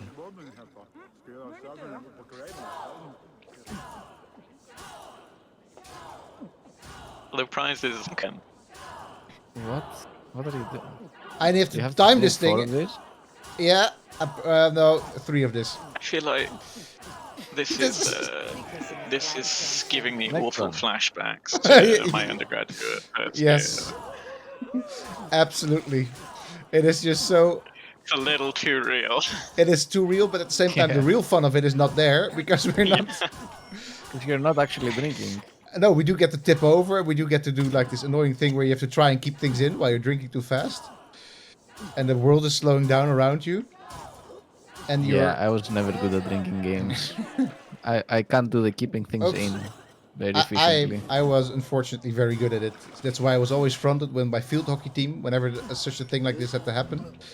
It was me first, and then so I was always at the end and the beginning. Of course, it's a sports team. Yeah, of course, team. of course, it's the sports team. Oh my god, I'm messing Are this you one gonna up. lose? You're Yeah, I'm gonna lose. I'm gonna lose. I'm gonna maybe not. lose. Maybe Maybe not. not. Maybe the guy fucks up at the end? No, they never f up. Of course. And it's just you have to really pay attention for this full minute of pressing X. So Yeah. I think this is gonna be the last game that I've done, the last time that I've done this drinking game. And We in the have meantime, as the tagline for the game, you have to pay attention for a full minute pressing X. Yes. Wait, let's see if I can get in there. No, wait, not here apparently. I mean, look, if I was able to get sober that quickly, I would just play this game all the time. You mean press X? No, Or just drinking. you mean actually press- drinking? Yeah. What we don't know is that the next time he tries to climb a cliff face, he's just gonna fall off. Exactly, I'm just gonna fall to my death. Alright, let's get inside this Yeah, just this do it. mead hall. Hey, dude, don't push me. I know that you're over leveling me, but there we go. Can I get in, or what's what? Well, okay, there we go. But they're all speaking English, right? There is no. With heavy accents, so you know that they're not. You know that they're not English. But like really peculiar accents as well. Like a lot of them don't really sound particularly English language Danish to me. Yeah, Danish or Norse or Swedish. It's yeah. I'm guessing that they studied this, but this is not how my Norwegian detectives or my Swedish detectives or my Danish detectives sound when they're. But you know, I'm sure that they went for the real voice actors, as they did with Odyssey, right? Yeah, I mean, they got Greek Canadians, which was a little bit awkward. Still a sore point for you, isn't it? They could have gotten me for Alexius. They could have sounded very Greek, trust me. Only when you're not giving them. Many of you knew my father, Halfdan the Black, a great man who achieved great things. They buried Halfdan's Of course, his name is King Harold. crops have never grown taller. They buried his arse near ours, and we get nothing but a muddy river. That's a good one, though. A vast kingdom of warriors in numbers the world has never seen. United under one king, one rule. Me. Too much blood. Yeah, exactly. Fighting one another. It's like, Today, we unify and turn our blades outward to conquer new lands. And who better to lead us to glory than me? Valhalla, his hair is so fair. Yeah, his hair is like fab. Ab fab. They say a wise king seeks honest counsel, so I ask, who among you rejects this new arrangement? I am not your enemy, King Harald, but I will not be your subject. What is Tomorrow, this sail accent? for greener What? shores, and so my kingdom is yours. This saddens me, noble Yor. Why are they speaking in rhymes? Is she not tired of limping ever westward? My husband and I are as one in this, Lord. We do not limp together, we fly. I'm sad to lose a woman of your spirit, Yuvina. But I hold no grudge. May the fates grant you good luck. Jay says too much blood has been spilled. So let's go. Let's spill some blood. Yes. Gorm Kjotveson, you dare show your face in this hall. Did not King Styrbjörn and his son Sigurd rid our lands of your foulness? The Raven clan dishonored me, great king. They poisoned my father, Kjotve. They made a mockery of his honorable death. I mean, you did swear at us. Hold, Eivor. Let it play out. This is a serious Let it charge, play out? and a false We are letting this entire thing play out because it's a cutscene. Yes. Eivor Wolf-Kissed. You are Kjotve's slayer. This Oh, man is our hood difficult didn't to work. They know who Nope. we are. Nope. Wow. Like, hey, you know. Kill him. Just freaking kill him. I met this guy literally has not done anything super wrong to me in the whole game, at least as far as I know.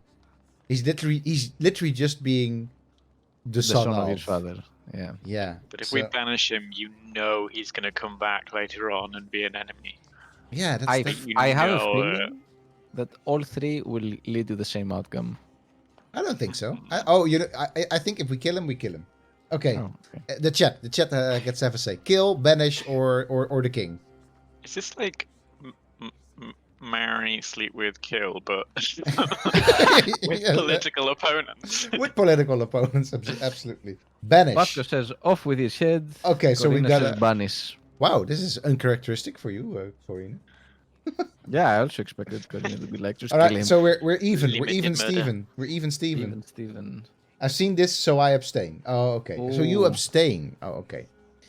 So I guess then we banish because it's only Corinne. No, I say kill him. Okay, But then I'm we not need. shut. So what do you say, Liam? What do you say? What would a hashtag like a Viking? I mean, like, hashtag like a Viking. We're going to have to kill him. All right. Send him to hell, as I did There we go. Understandable.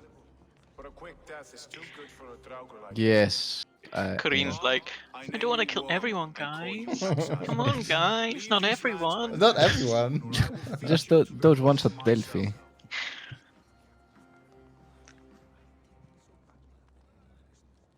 So he got banished. No, he's gonna be fed to the crows himself. I honestly don't know. He's not gonna get killed, is he? No. Since the days when Odin himself walked among So us. I still think every option would lead to the same outcome. Likely. Our victory over Kjotve is proof Take If choice. not dead on screen, then Exactly. All here have buried friends, brothers and sisters, sons and daughters. And I, for one, have had my He got fill banished, of exactly. death. So whatever we had chosen, if he would said banish, then he would banish him. Beyond our We said shores. kill him, Yeah. If he King banished him, Harold and if we said brings you me decide, he would peace, banish him. then I am happy to bend my knee to him. Not to bash, but big narrative design. What in hell's name are you doing, Father? Yeah. Yeah. Securing a lasting peace. Our days of fighting are finished. You said nothing spoiler, of this to me. they are not. Not a word. I will not yield the title that should be mine by right. No. But Hey, man. truth be told, what we're seeing happening now is something that did happen at that moment in time, right? So the unification of Norway by Yeah. Harold Pretty Hair, long locks, Alone and toothless in a bed of straw. and so I haven't read too much of the Viking sagas. I've mostly had a lot of fun reading the sagas of Icelanders, and that really the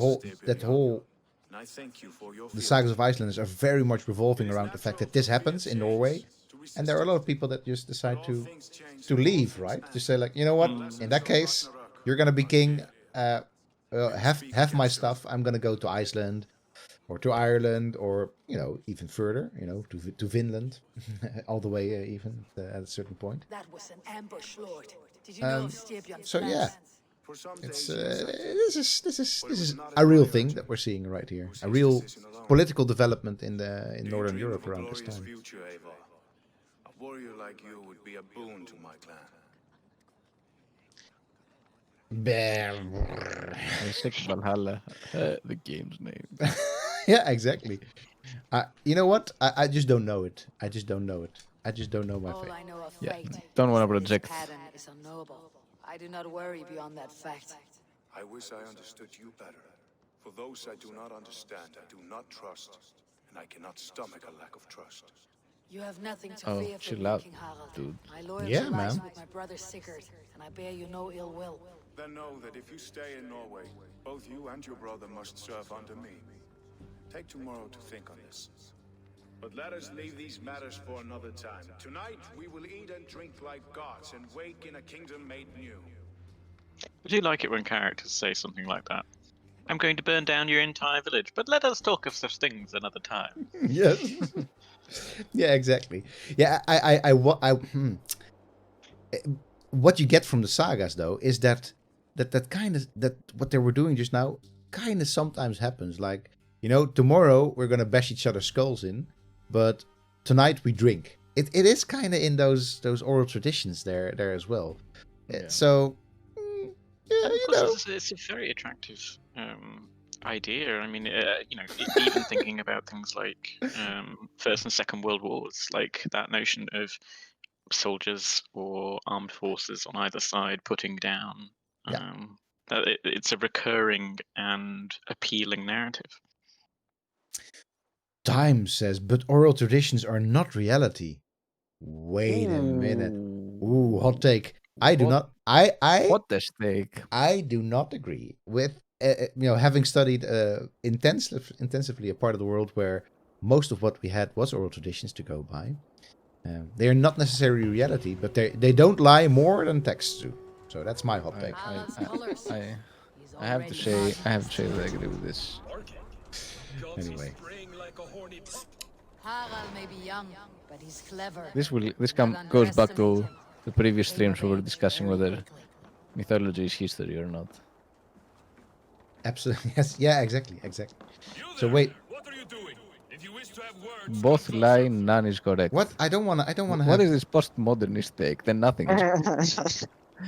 Koreans Exactly. lying in with postmodernism, just like, hello everybody, nothing you believe is true.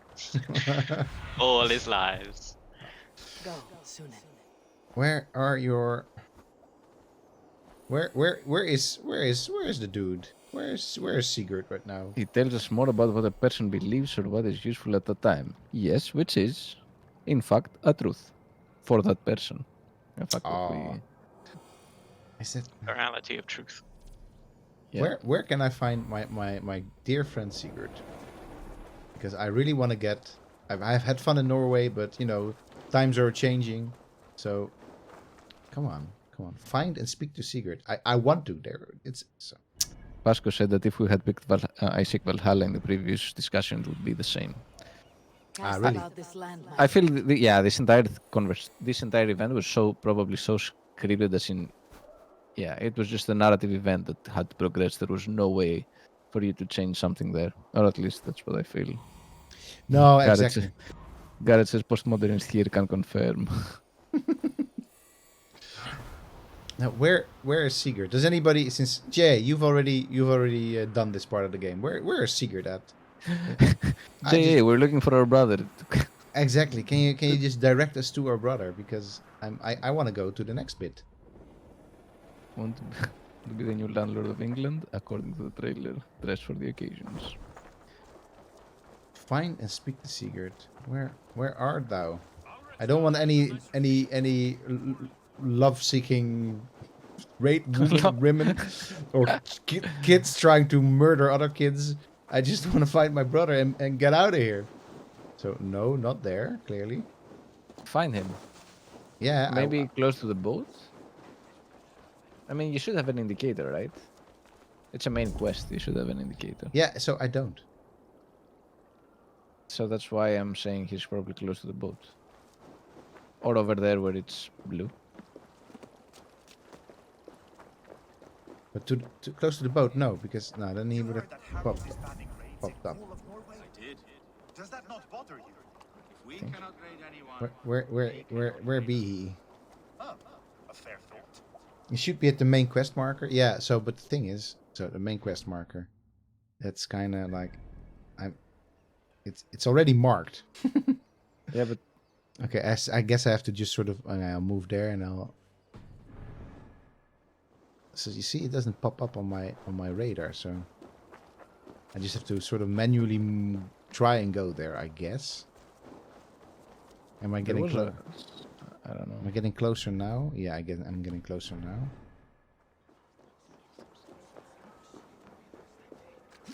Is he here? Be he here? You can collect the berries. Yeah, but I don't need the berries. Here be main quest marker. Yeah, exactly. Or at that boat. I also think maybe he's just in here and I just can here, still go in here. No, Yeah. I cannot go in here. Apparently. Is it possible to go around? Around. Let's see.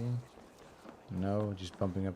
This is peak Assassin's Creed for me in the new editions. This is peak Assassin's Creed. Yeah. It is. There's just so much knock.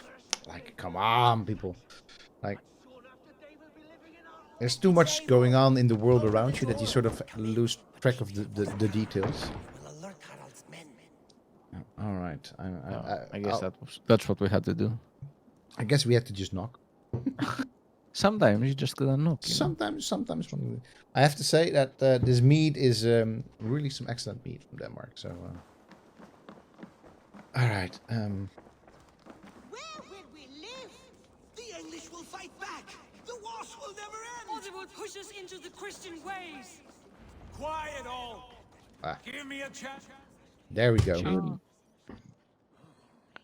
You can also set the exploration difficulty lower. Yes. Yes, true. We could try that. 2 days ago, we rid this land of Kjotve and his dogs. Yet today, we do not celebrate. Today we cower under a cloud of fear. But it need not be like this. We are not the heel-trodden. The good times couldn't stay. All 2 days you had. The whole 2 days. Exactly, because he's home since like 3 days. And he's like, well, let's go again. My anger burns hotter than any man's here. But I will not Chill let out, that man. drive me Have some into meds. despair. We cannot stay in Norway. Not under Harald's boot. Not without fueling more war. So we Is that a push mammoth head in That's the a back? mammoth head in the back. Like, Wow, what? Uh, That's a mammoth head, like That's 100%. 100% a mammoth head in the back. The sons of Ragnar Lothbrok have been in England 8 winters already. Hashtag like a Viking killing mammoths. More than enough, wife.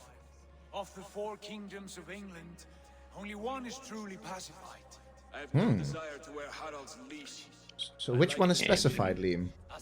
I was going to say that is especially interesting because there aren't 4 kingdoms of England. There are 7. Question mark? Maybe they're not. Maybe they don't know? Yeah, maybe they Like, don't know about the other 3. Maybe one of the kingdoms was like, oh no, we're actually only 4. We do not know, among people who hate us. Chadvis riches would go some way This to guy's easing our face is passage great. to I best Yes. It's within my rights to claim his goods. Our leaving must not be an assault on my father. It is a time of renewal for us. Your father is also our father, what? No. Our father died, remember, in the Oh, yeah, beginning, the right. beginning cutscene? Yeah, And so I guess I have the right to take the resources to England. But, yeah, I'll just leave him there. You know If what? you object, I understand. Let your father keep Chadvis riches. England will have riches and cargo enough for us. Good. I did not want this cloud hanging over us. It is a wise leader who considers the need of others. To England then, before the day is out. Who considers the needs of others. And us, we're gonna kill some others. yeah, I was going to say there's a lot of innuendo going on here. Like, I'm glad that this cloud isn't hanging over us. By this cloud, you mean taking and pillaging my own father's resources. You're a very good leader, and you care for your people. By this, you mean you murder anyone who isn't part of your people. Join us.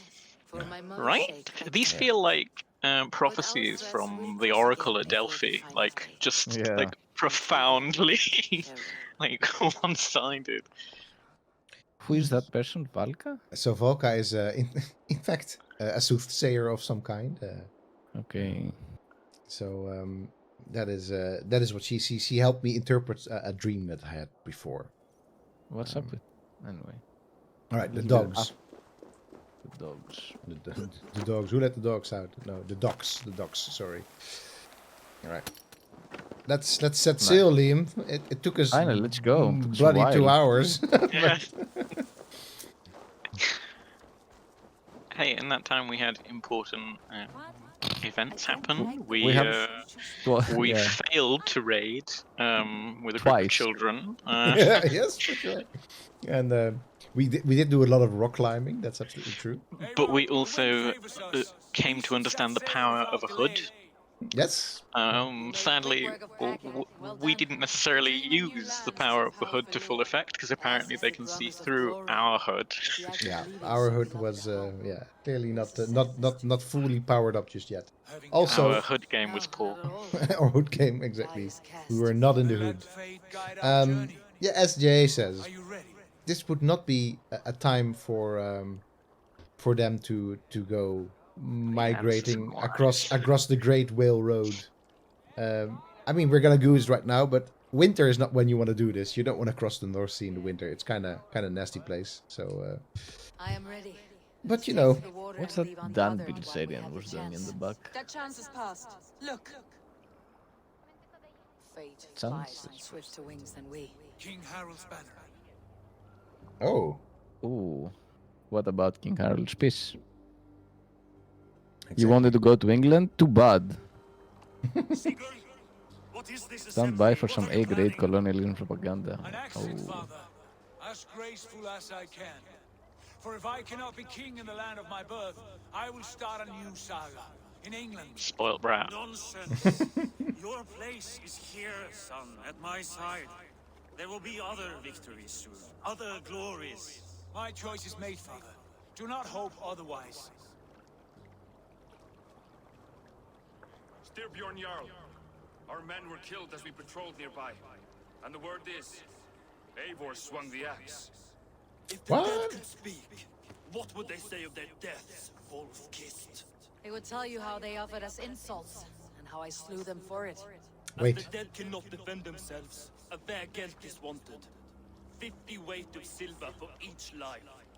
By law. 50 weight? You will have it from me. A parent must pay the price of his children's folly. That was Wait. generous, Lord. Wait, did I just kill people that I didn't kill? Throw away all you have for such I an guess so. uncertain future. Here you could be a king's hero, Eivor. Your name known all across Harold's many kingdoms. No, I'll not be captive to another man's gaudy design. My destiny is my own to weave. Eivor speaks for You go, both of us, girl. Father. You gambled your honor, and you lost your family. I hope the trade was worth it. Anger and sadness wrestle for my heart. Venom. But I am glad you'll leave this place alive. Well. I mean, I wouldn't take too much comfort in that. No. He's literally going off to raid another nation. I feel like his chances. These are, you know, would be slim if they weren't video game characters. But there they are, running off. to a That's better- some very pretty plot armor you have there. Yes, exactly. But it's not necessarily plot armor; it's animus armor in this game. Yeah. Oh wait, I wanna. What are you doing? This was also so peak Assassin's Creed. This is Yeah. like oh I wanna just go into the little nookie over there, and instead you're like no. But now I mean, I'm personally blaming all of the mead she drank. Just saying. that's probably it. That must be it. My destiny is mine to live by going to a different country and murdering its inhabitants. Yeah. Also, she said like I don't want to be like subject to another king and blah blah blah blah blah. But we're going sort of under the commands of our brother. Yeah. Or adopted brother, basically. Yeah, but I mean, it's not like we'll be number one necessarily there because there is already a number one in both places. Yeah. One thing that I will say, because Omar asks, what game is this Unity? It's a New Kingdom awaits. Very nice. It doesn't run super smoothly on the PS4, so we're playing this on PS4. It, as you can see, it's a bit choppy in places. It's a bit quite choppy, actually. Yeah. It's also a bit choppy on PC, and it's not because I don't have the hardware to run it. Ah, okay. So I wonder what's up with that. If it's I think it's just been optimized for PS5. Yeah.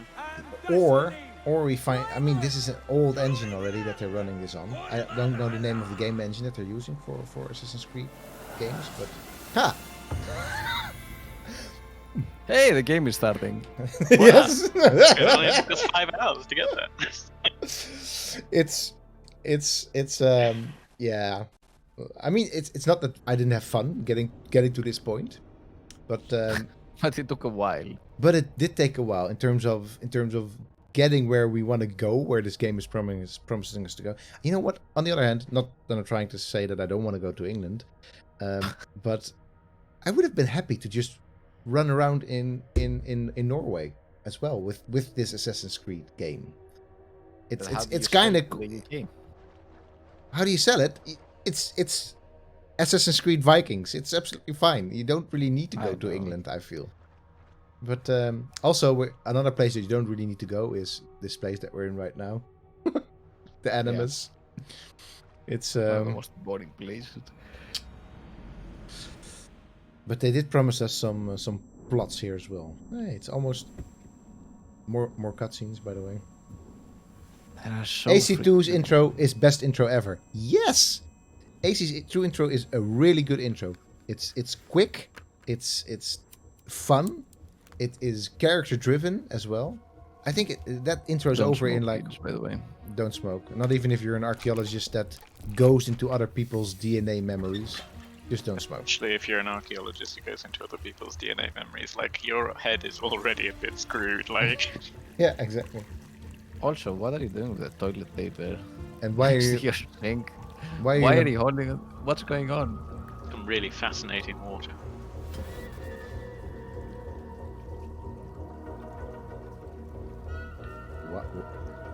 What's happening with that Mr. Spear?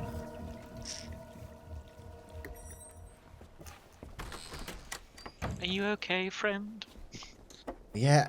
So I never really got to the end of Odyssey, I said, so I don't really know what happened happened with Oh Lila? no, me neither. About 25 hours in, I was like, I'm done with this game. Sorry. Since the mass coronal ejection of 2012, the strength of the Earth's magnetic field has increased by a factor of 50,000. Whoa. This has resulted in huge disturbances in radio and satellite communications, dangerous bands of radiation around the poles, and as we can all see from our window, an aurora borealis that never burns away. Unfortunately, we are stumped as to why this is happening, and if we cannot find an answer soon, it may change the way we live, the way we communicate, even the way we evolve forever. Yeah. It's some nice iPod ad right there. Citrus flavor. Thanks, Sean. So Sean, this. Whoa, okay. Sean is the historian from Assassin's Creed 1, 2, and 3, I guess. Yeah. And he's, as you can see, still alive. I guess we met him somewhere in the last game. That's not how magnetism works. It is not how... Oh, wait! Archaeology. Look at this. Oh, this is, with these post-its. This is just wonderful, isn't it? Can you look at it? Oh, yes, I can. I mean, you know what? I'm gonna, because before we launch into a cutscene, can I make it? No, I cannot. That's very diegetic. Oh, no photo mode? No photo mode. No photo mode. So at least go to the table. Let's see what kind of tools they have. All right. What sort of tools do they have? Brushes, of course. Oh, these are not the tools. These are the finds. No, some of them are fines, and there's tools there too. You can see there's a little trowel. There's a little hammer. By the way, the trowel looks trowel. weak ass. There's a caliper, very good. And I guess this. I mean, this kind of. Yeah, even for a burial digging, this kind of trowel would do chuck shit. No, that you wouldn't really want. I think there's like a scale there to measure width. But what is the deal with the post-its? I don't think they're post-its, right? There must be these little yellow tablets that, right? This thick yellow. Have you ever used these in your excavations? Yeah. I use this in excavations. You do? Oh my god, man! This is such a world apart from.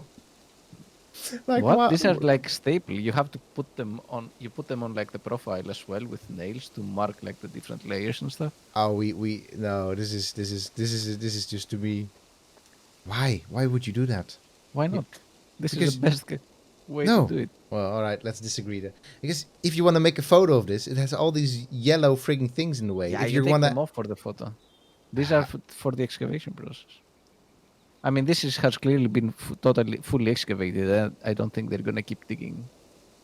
This has not been fully excavated. I think they just want to cover it back. I don't think they want to take the skeleton out.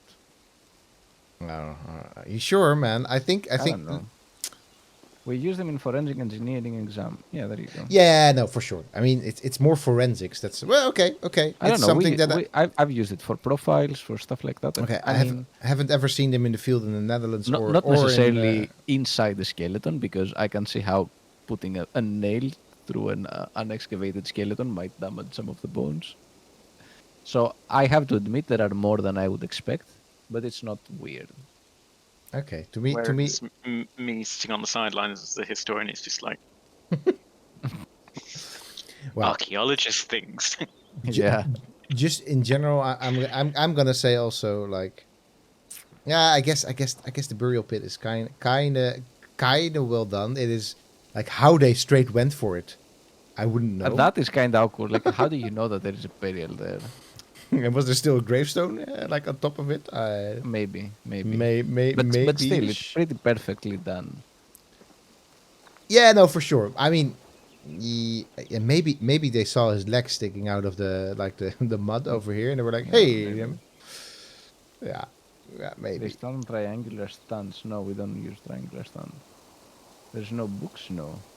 I mean, we've just had the magic power of magnetism causing radiation. So what happened to the leg there?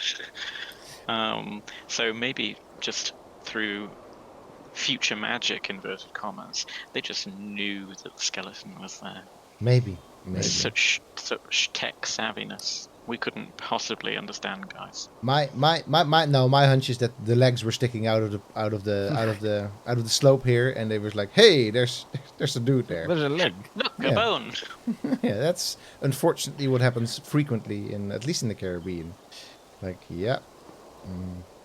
But man, okay, Also, okay. Anyway, examine this thing. No, but These chairs, I never used chairs. I think I've examined it. It's like I said like yay, and now well, I we guess can still not get on the photo mode. no photo mode. That might be the principal reason I never became an archaeologist, Aris.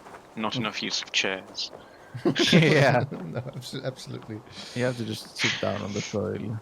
Oh, come on, game. Tell me a little bit about where I want to go. Like, Also, who the frick cares about this part? yeah, it's something that oh well, I guess I want to go to the open door. Did you get my tea? Wow. Also, close the freaking door. It's cold outside. What are you doing? Magnetism can bend the path of charged particles and so direct some form of cosmic radiation, but a stronger field won't make more radiation. Well, that is good to know. I don't care what you call it, But John. it had to be kind of dangerous, because otherwise it would have been the world-ending event of 2012 in Assassin's Creed Revelations. Yeah. I think it was Revelations. I think. needed air. How is the Animus data stream? Comfortable? Felt pretty stable after a while. Good. Just give me a sec and you can jump back in.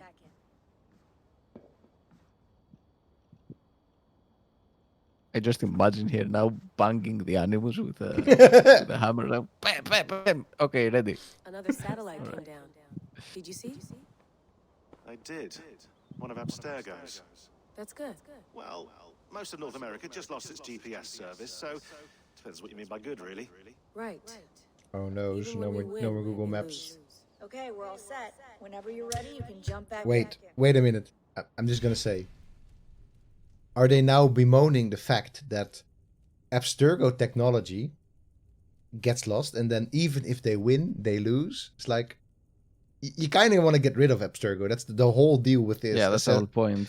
And then you're like, we lose? No, you don't lose, because you win. This is exactly the type of world that the Assassins want. They want to not have this stuff, basically, because it's all Abstergo controlled. Like, well, okay, you know what? Whatever. You're getting some praise in the chat, Liam. Oh? It had better be worth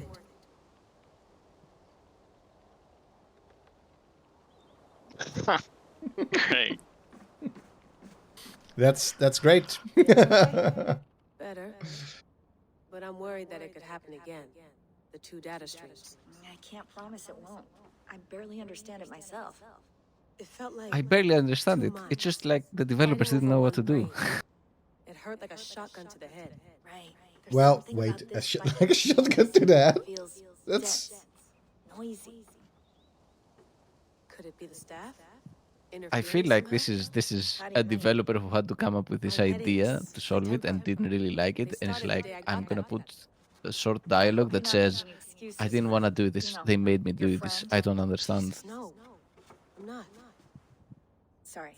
Just What's with the take fish? it easy. And if you feel yourself it's slipping that again, singing let us know. bass from the. I really am. If this is genuinely a singing bass, then I would love that so much. But no, it is not. It is not the singing bass. So I kind of, you know, people. I know that there's a fragment of the player base that cares about this, but I really stopped caring after. What was his name? Miles David? No, it wasn't Miles David. Desmond Miles, sorry, died in 4th. I mean, look, man, if after what, almost 20 various games of this, if they haven't figured out how this thing is solved, then Can we talk about come this on. thing on my neck for a second? Ah, the mood stabilizer. Yes. It's not harmful, is it? The I feel mood good, stabilizer. But I want to make sure there's no side effects. There shouldn't be. It's only blocking outside signals, a passive effect, so the staff doesn't, you know, mess with you.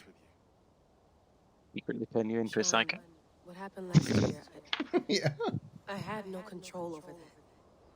I tried to resist. Miles David, Desmond Miles, all the same. All the same. All the Maybe same. they don't. But we've seen that sort of thing before. Still, if you want to work with us and get to the bottom of why the world is about to end for the second time in 8 years, then you wear that thing until we say otherwise. Because you have to keep releasing games, Sean. I know. I mean, on balance, the second time in 8 years is not so bad. I mean, Trump's averaging at least one crisis a year, so... Yeah, exactly. This is clearly the better timeline that we're Yeah, living through. this is the superior version of the... Yeah. Oh my goodness. Well... can I can jack back in is what they said, right? So also I guess that this means that we're in North America and we're in Vinland, and that's where we found a skeleton. So okay, cool. Let's get back in there. Bye. Vikings visited North America. They did. But or not Vikings, because Vikings were raiders. So people from from Norway, from Iceland, and that settled in Greenland ended up visiting North America, and even not visiting, also settling there for a bit. Yeah, most of the dispute now kind of surrounds to how far south they actually managed to get. Can you play the message again?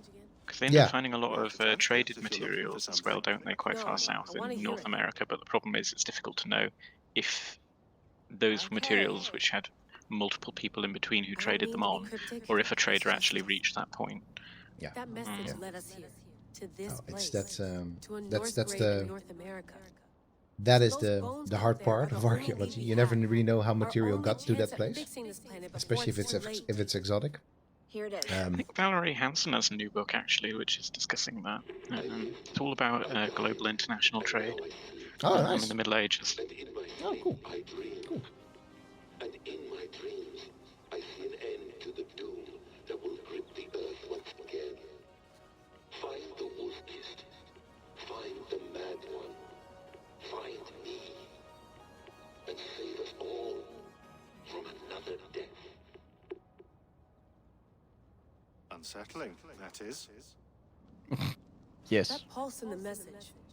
Why do we look like we had the worst hangover of all time? Because we're on some mood stabilizers, my friend. Okay, I'm ready. Fair enough. Here we go.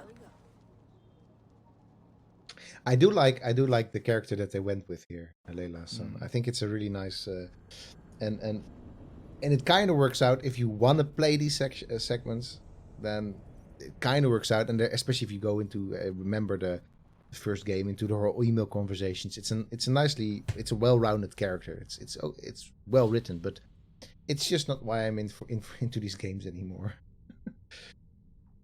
I just want to do what we're gonna be doing right now. We still need to raid England. Come on. Yes. Exactly. We're trying so hard to get that. I promised Liam some England, but instead we got cliff faces, raiding children, and now we're in North America. North American archaeologists.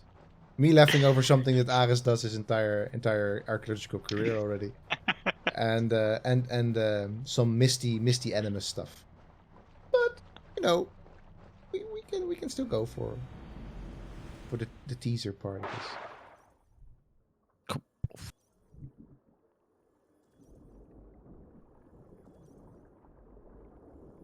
I did my best trying to reach England already, but I didn't count on the intro being quite that long. I like how we had discussed about this, and you're like, "Yeah, I've saved it right before we go to England, so we do a bit of the intro, then we go straight to England." Yeah. And then game is like, "Yep, no, nope, no, you are not going to England." Hey, no snow. Not a patch on Norway, but we'll make this land our own soon enough. I'm glad to see any land at all. I will be happy to have my feet on solid ground again. We must not rush our landing. All you see here is Saxon territory. The Kingdom of Mercia, largely unpacified. There will be eyes watching us from the trees, with bows drawn and traps set. We must be wary. Randi, dig in your Weird to think of Vikings referring to Mercia as pacified or not pacified. So yeah, what do they mean with that, Liam? Like, it's just strange to think of them as recognizing a Anglo-Saxon kingdom as a conquest target in quite that way. Yeah.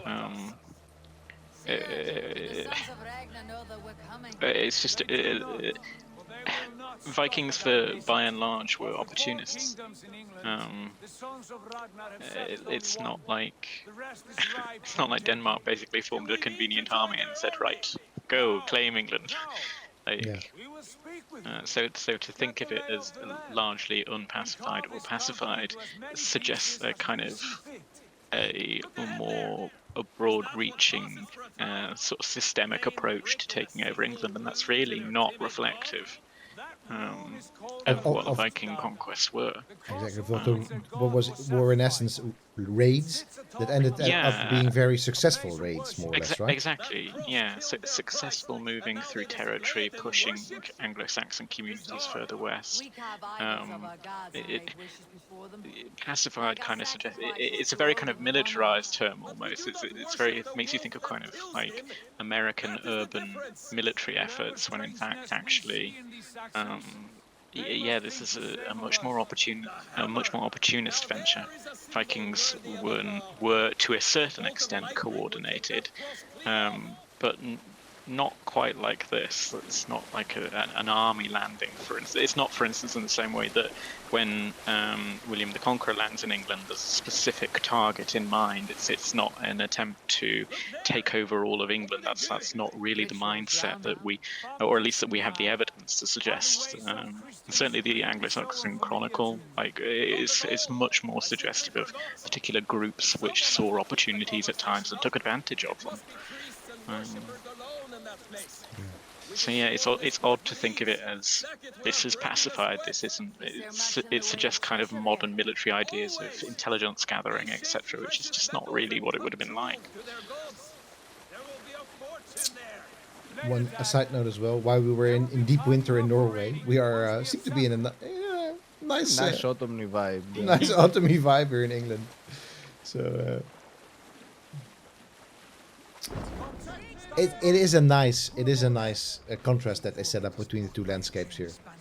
Oh, Ubisoft Connect, please just like don't get into this game.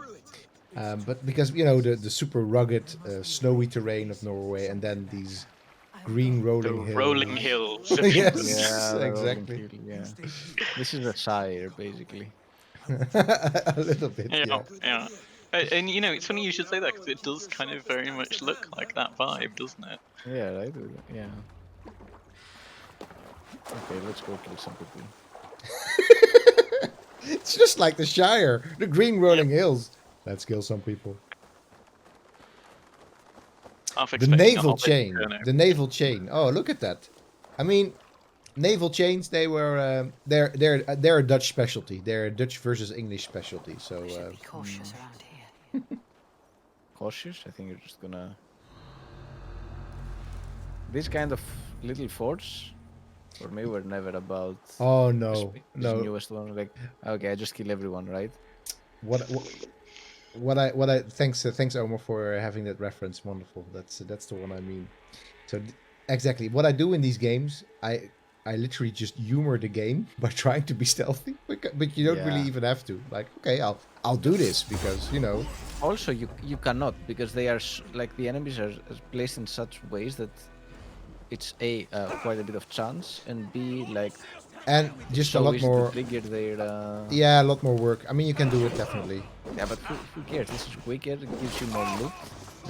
I mean, more experience. So I kind of like the stealth mechanics of Assassin's Creed. So Yeah, when they matter though. This doesn't matter. No, it doesn't really matter. You're right. Like, if you brute force your way through here. Yeah, if you're climbing at church in like Florence or something, sure, it feels like it matters. Here you're in an open terrain with some, cleverly placed bushes, I guess. No, you're right. No, absolutely. There's a couple of stealth missions in, for example, Unity with the Notre Dame. It's just a really, or in Florence when you have to sneak into the Vatican. Yeah, it's really. Even there, the game already suffered from the simple fact that you could almost always either escape or brute force your way through. Yeah. But yeah, it's simply not a very. I mean, one thing you could do against this, if you want to make it is quite literally make the game a bit harder. make the combat a bit harder, and then you have to.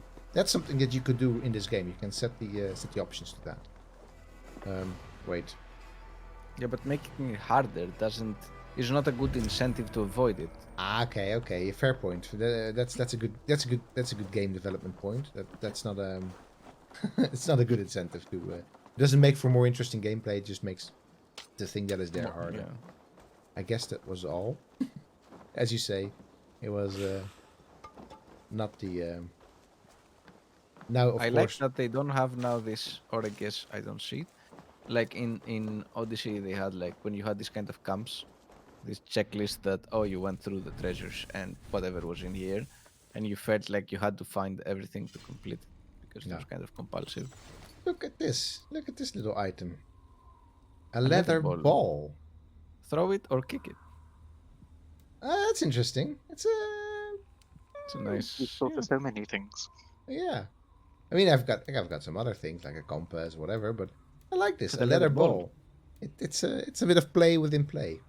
What is the doll made of? Human hair? Is that what it said?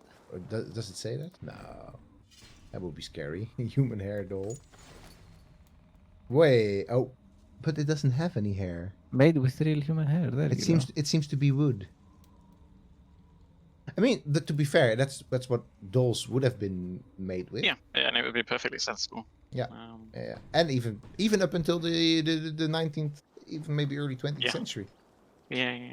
Yeah, so it's sensible. It's kind of scary for us nowadays, but on the other hand, I think it sounds terrifying because we now kind of associate that with things like voodoo and stuff. Like, and again, there's a lot of racial undertones to that association. Of course. But dolls being made of human hair, it's also not that weird. Like you just cut your hair and place it. Yeah, exactly. It's the presumption is, oh well, we killed the person for it. It's like, or we just left them alive because they'll grow more hair. Exactly. Who would have thought? One of the things that's very weird to me in this edition of the Assassin's Creed is that more or less all the objects that you have to interact with is you have to break them. It's not like you can use this thing. You can just sort of like, no, this is what you have to do. Like, why also shoot it with a bow? I mean, I could also probably try and sort of reach it like that. Yeah, there you go. To be honest, this little like fort question mark is also a bit weird. Yeah, kind of like a ruin, but also not. Exactly, like, and for the period as well, like the English at this point were building modern baileys, and the outline of this, from a bird's eye view, I suppose you could say it looks kind of like a modern bailey. That little keep section should probably be raised, really, and should probably be made out of wood. So why it's made out of stone, and especially part of it looks like it's made out of brick. Yes, yeah, exactly. So maybe they reuse an old Roman bridge. Maybe that's it. Yeah. Yeah, cool. This feels too large for the time period. The chain. Oh, the chain was absolutely. Yeah. It's gone now, but yeah, that is. No, that's quite a blacksmithing accomplishment to have a chain like that. Yeah, exactly. That's Ymir himself who would have made that chain. Yeah, probably. Let me get in there. There we go. I mean, it makes me think of the chains that they have in the bay at Constantinople, like, and this is for what? A little waterway? A little waterway in the middle of England. Also, quite a bit earlier, and also, Constantinople with probably smiths that were a bit more high tech. Just a tad more. Also, probably had more resources to work with. Yeah. But I mean, all of this is, of course, you have to give the player something to do. Yeah, there has to be game mechanics. There has to be some sort of a game mechanic, and this is just indicating that somehow to the player that you're not welcome in this area. So you set up this narrative opposition through this bit of, But I honestly think that they can do without this sort of stuff in Assassin's Creed. I think they can maybe do much more storytelling and much more of these sort of in between little, well, not fetch quests. I mean, sorry, but. We are going to raid England. Why do you need to put like something that says you're not welcome here. Of course you're not. You're gonna raid the bloody thing. And we're not gonna raid, huh? We're gonna live here. Sorry. Peacefully. With these rolling Shire hills. Talking about Romans, they're having a full-on discussion about the Romans here. Old Roman stuff. This ruins are not a warning. What did he say? Ruins are not a warning. They are a testament. Yeah. A testament. I saw that on Twitter. Someone put it up. That's an interesting quote. This was an interesting discussion about the Romans, which I don't know if they would have been having these sort of. Such an informed discussion. No, exactly, because I mean most people really pass by all sorts of ruins without really thinking too much about it. So wait, and where? I mean, as well, like as far as the Romans are concerned, like by and large, Roman society in England up to this period, I mean, you know, we are many centuries after the Romans have been there, but when they were there, it's mostly a military effort. Yeah. Who would they be building? I mean, tell people to. There's the Roman baths. There's Roman baths. Yeah, and certainly there are. It's not to say that by virtue of you having a militarized settlement that necessarily means that there are only soldiers there. But yeah, like we should not necessarily expect like these grand monumental displays. No, not. We're not in Italy, land, by the way. We are not in Italy. Sorry. We have yet to land, by the way. We have yet to land, but I just wanted to zoom out real quick. So we are in Mercia, as you already said. So we just went down this river. What? Help me out here, Liam. What river is this? The problem here is that in this particular time period, you're looking at a England which is much more dominated, particularly in what is now called East Anglia, by marshlands, many more rivers that no longer exist in this region. It's a completely different coastal landscape now. In fact, especially like the further east you are. I mean, so we have the kind of like red cross that appears there in the middle of this map. Yeah, it just kind of below there is really heavy marshland, and that's kind of more or less gone now. Like, and you're talking about the area that's pretty much like the Isle of Ely, and the Isle of Ely in modern England isn't an isle anymore. Yeah, exactly. So we're looking at a completely different coastal landscape, and to a large extent a different interior landscape too. Nice. I mean, but that's spot on then, as you can see right here, right? It's very much what. Absolutely. Yeah. That's a neat little detail, and I learned something today because I never really knew that it was quite so marshy here, particularly back then.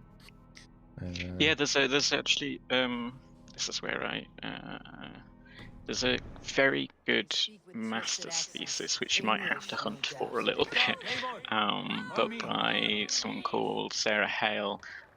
She did her master's at Birmingham actually, and it's a really interesting discussion of the existence of Roman material culture in a kind of 8th and 9th century and slightly later Anglo-Saxon context, and the difficulty of having to identify places at which these are most common when you're dealing with a completely different landscape. That's a good suggestion for going on reading.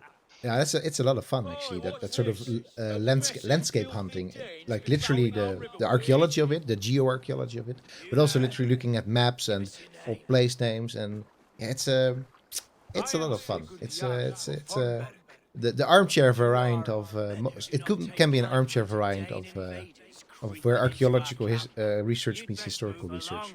This sort of stuff. Yeah, absolutely. There's some really cool stuff being done at the moment by a colleague of mine. Basically looking at pilgrimage trails in eastern England and likely locations and stops for Anglo-Saxon pilgrimage. within the country, and a lot of that is kind of has to deal with this problem of England just looking so different at this time. But yeah, so it's just a different context.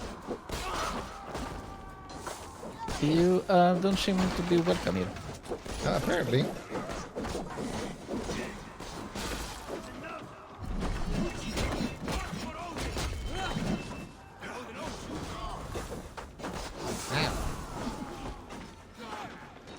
So why? We came in peace. No. We came in peace, he says, dual-wielding axes. Yes. It just happened to be nicely and handily close by. I like how we're still Team Blue. Yeah, we're still Team Blue, even after this. We're still the good guys. Wait, what did you just do? Whoa, it just threw soil in your face, wrecked.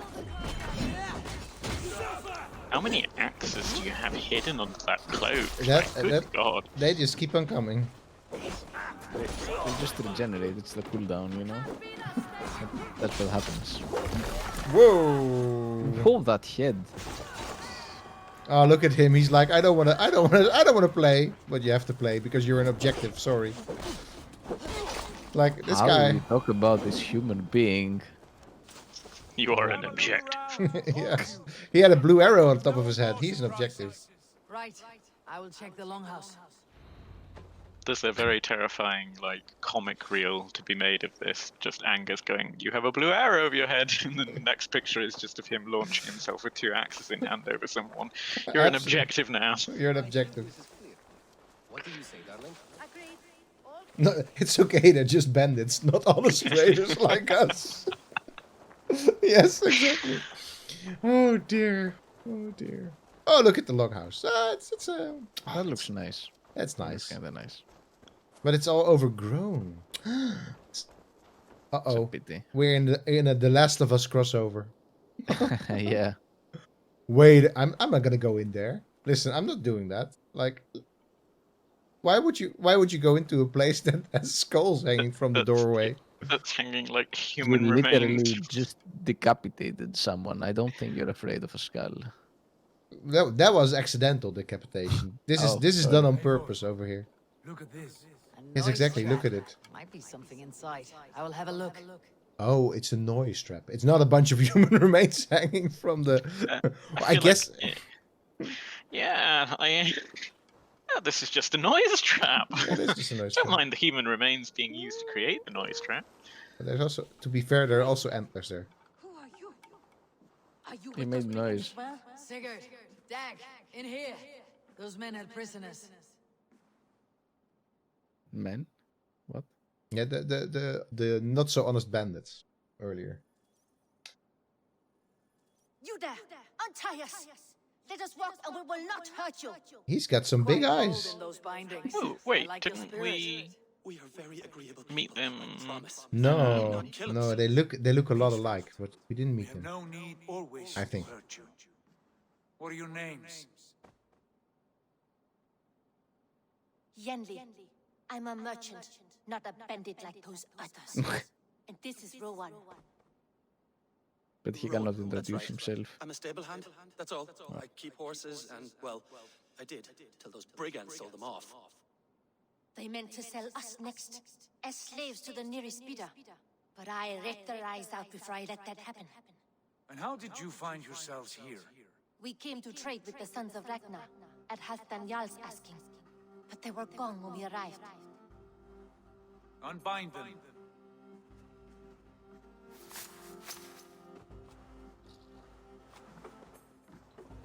You know the sons of Ragnar? Aye, sold many a mare and stallion to the brothers. Good men. And why does he look so shifty? He's like continuously looking at her like, Look at yeah. this camp, they've been gone for some time. Where will you go now? What will you do? Rebuild my stocks, start anew. I have friends and allies across the land. Also, again, what's up with his But it won't accents? be easy. Every town and village needs a stable to keep Also, horses this is fit a and hell of a thing to call a camp. somewhere. Yes. Yeah, for real. Like, we're in like We're a in. barn come longhouse. What are you Like, thinking? if an archaeologist would find this longhouse, it would be like, yes, look at this royal seat. Yeah, pot of gold. Yeah. Any friend of the Ragnarsons is a friend of mine, right, Doug? Whatever you think is best, Sigurd. My Doug sounded so American. Yes, Doug. I am Sigurd Jarl of Thornberg, son of Styrbjörn. This is Eivor and Dag. Both of you are free to go, but more than welcome to stay if you're willing to wait. We'd be happy to, if only to get back on our My feet. friend Doug over here. Then let it be done. The Raven Clan welcomes you.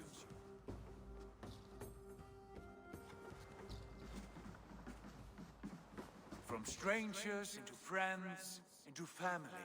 Yeah, in literally 2 minutes. That The others escalated have quickly. arrived. Come.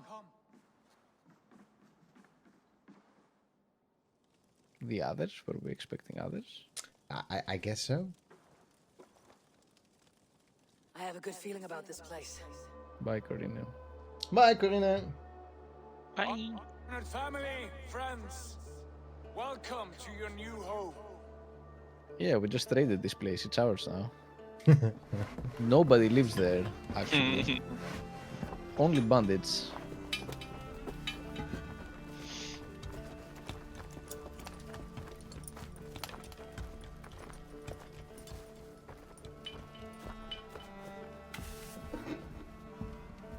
Chill. Literally nobody lived there. Like, what? What a map. Also, that is one hell of an accurate map. Yeah. Like Britain at this point, like Christ, like it's yeah. I don't know it's what. like perfect satellite image.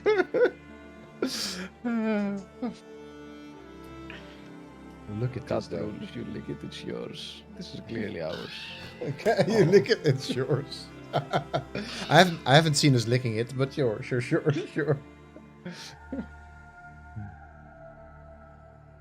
That's a good one. Cat rules. I'm gonna remember that.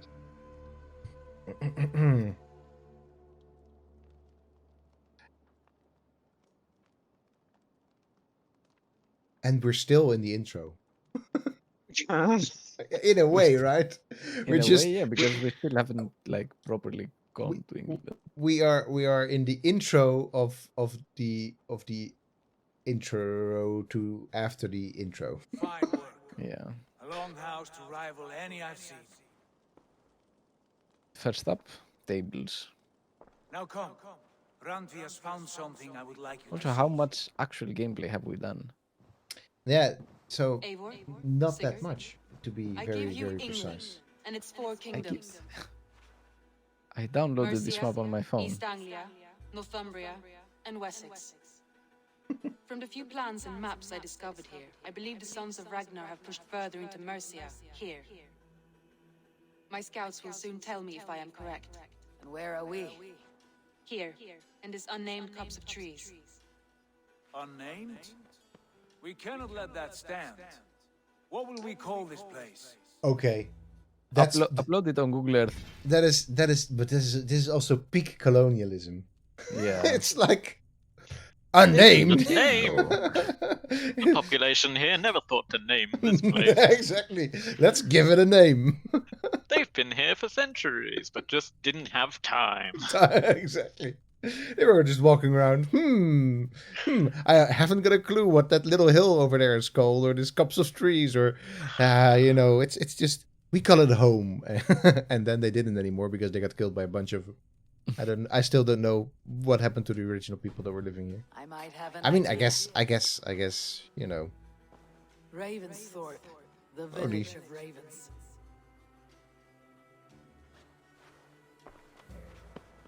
Okay. Look, it has a name. Google Maps updated. Yes, you saw it, like boom. Once again. One day this name will be known throughout all of England. A name is only a beginning. If we want renown, we must build, expand. Agreed. Oh, look, you're We should playing a begin Forex with a game now. forge. Can you help Gunnar get working again? We'll need cargo, supplies. For that our neighbors will provide, whether they wish to or not. Scarcely Wow. arrived, and now we must raid. We cannot master this land merely by asking. I'll go and speak with Gunnar now.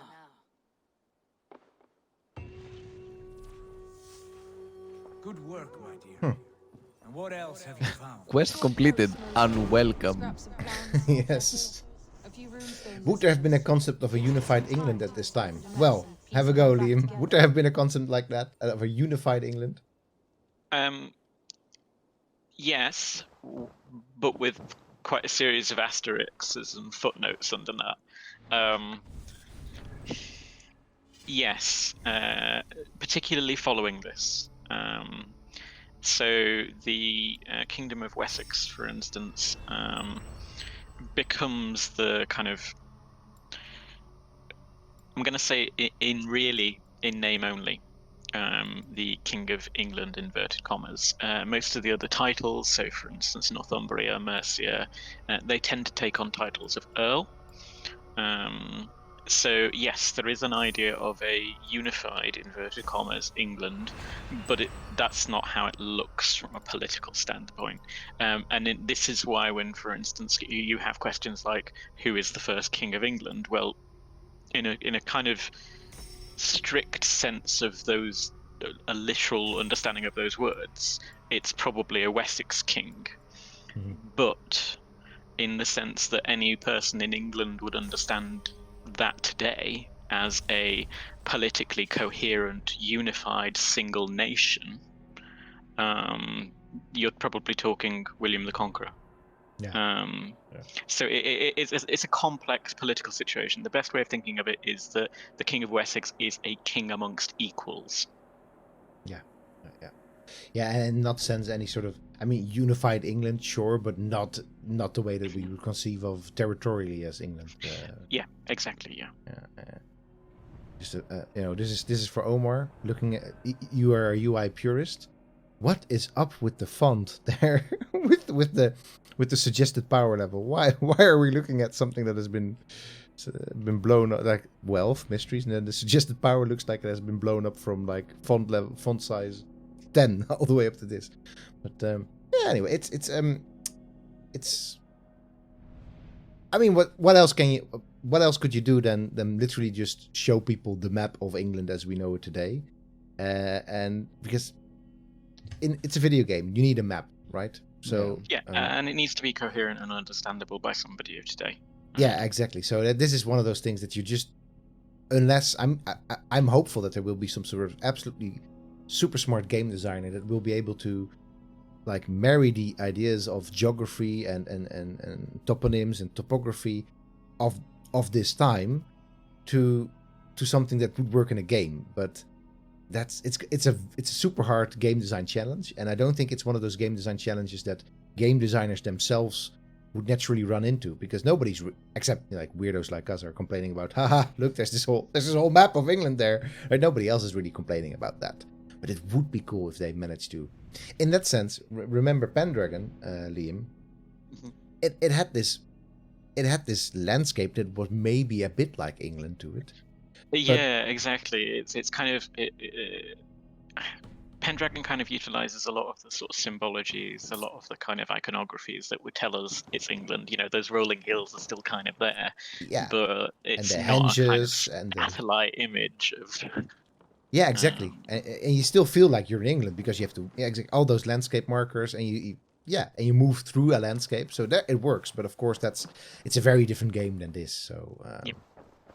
By the way, if you're interested in how it is a different game than this, watch John Ingold's talk. That will be be uploaded tomorrow. It's already uploaded, my friend, but it will be made public, I guess. Tomorrow. Yes, absolutely. Yes. Which Stay tuned on from our Twitter. The last Interactive Past conference.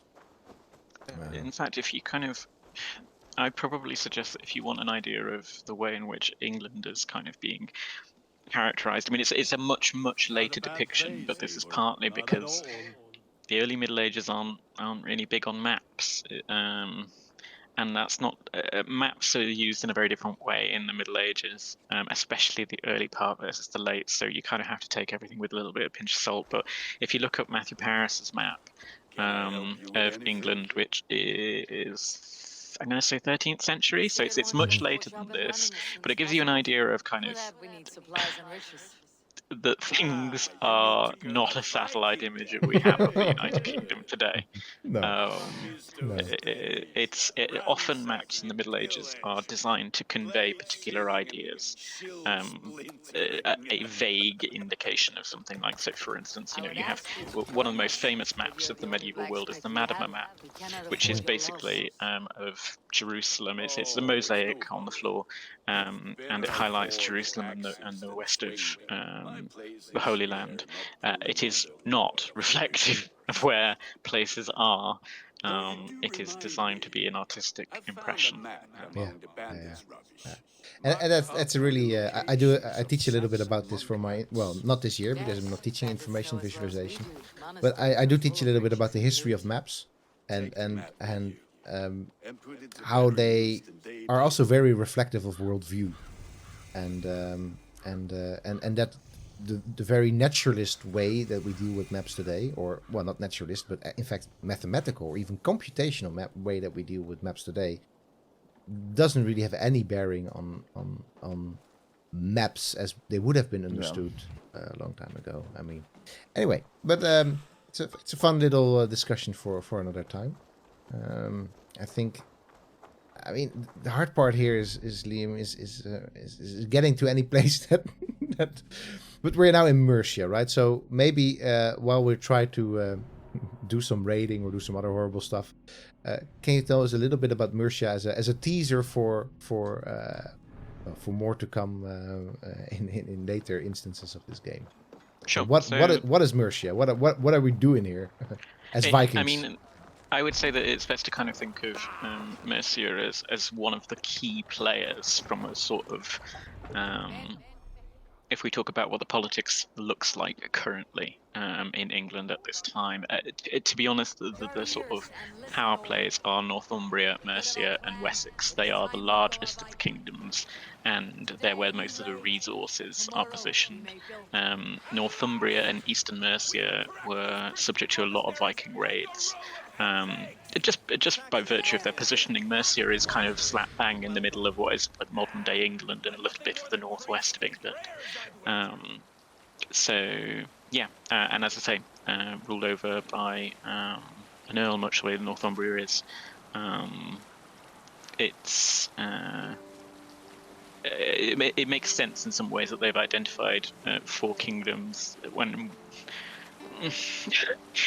Basically, the remaining 4 kingdoms of the Heptarchy are much smaller and occupy mostly the eastern coast, so they seem to have condensed that down.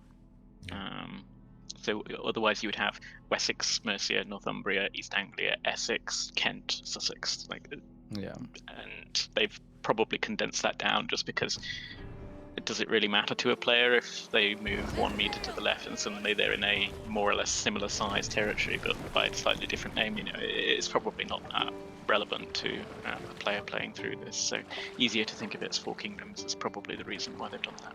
Also DLC. No, just kidding. Yeah. I think for DLC we're gonna go. I forgot. I to Paris maybe or something. Where are we gonna go again? We're gonna go somewhere. They've already said where we're gonna go for the DLC. Because of course that's what you do nowadays. Yeah. By the way, I guess we do get to have this little thing where look at this wonderful little English town. I'm not an expert on the architecture, but it kind of feels maybe a bit too much. Yes. Yeah. Okay. Just wrong. Nope. Just a bit too much for the time. Yeah. I mean, to be honest, if you're looking at anything in this period and it's made of some form of stone and it doesn't look Roman, it's not real. No, exactly. The kind of stone period and the building, particularly castles, and really that some of the most long-lasting churches in the United Kingdom, it's a Norman decision. Norman church. Yeah, exactly. You have some very early churches still in England, but then they're really just the fundaments, and it's just this tiny part of these churches that nowadays look a little bit more like this. Of course, we're talking about Roman stuff. They do have us covered there. Yeah, they do have us very much covered. This is. We're not gonna raid. I saw this Roman stuff. I think it's too bad that Times New Roman is. Roman stuff. Exactly, it's not here anymore. But wow, what is this? But it's. Where are we even? We wandered into the forum. Hello, welcome to Italy. Yeah, for real. We will take your reservations. This is this is the. Even a Nikki statue. Look at this statue. All right, wiki crutching this right now. Venonis. This is a lot. Venonis. This can't be. High Cross, Leicestershire, apparently was called a Romano-British settlement known as Venonis, but Leicestershire, that doesn't seem to be. Leicestershire. Is that columns like this would just not. On this scale, just not a thing. No, right. We got to remember as well, like from a Roman perspective, this is about as provincial as you can humanly get. I mean, this scale of pillars would scarcely be common in. Yeah, exactly. Rome Would be itself. out of place initially. By the way, what is this even? Yeah, I know you're gonna try and kill me. I'm gonna run away from you, but. What is this shield? This shield and also the. This guy looks like a knight. Yeah, exactly, like a Knight Templar with this little crusading helmet on top of him. You know what? Weird. Very weird. I'm getting some Monty Python feelings here. Yeah. His arms and legs. Thou shalt not cross. All right. Well, by Red Walda. What's happening with the red font? All the red font is like, oh come on, leave me be. Ooh, you got the damage. Yeah, exactly. This dude is level 90. He shouldn't be bothering me. Nobody on your ship particularly care that you're being fired at, no? Nah, they were throwing some spears and stuff, but oh come on. But they are also not level 90, so. Ah, exactly. Or they don't call it level, they call it power. Ah, of course, because this is not RPG. This is completely different. Get out of my way. Also, he just stayed there like a chump. He was like, oh. Well, you bigger boat. look at them just keeping firing at it. Keeping their cool as well. Like, okay. Also, you, how are we moving? Nobody. Now we start drawing. How are we moving?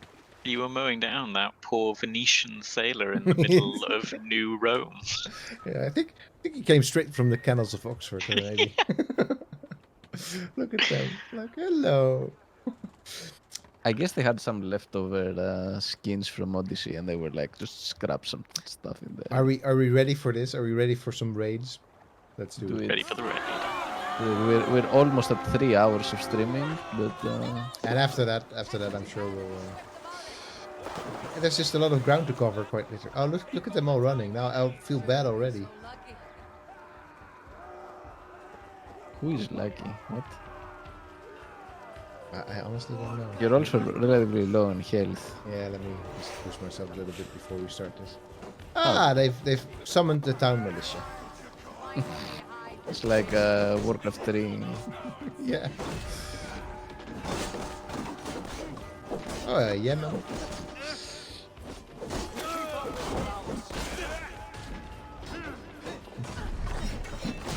Look at these guys.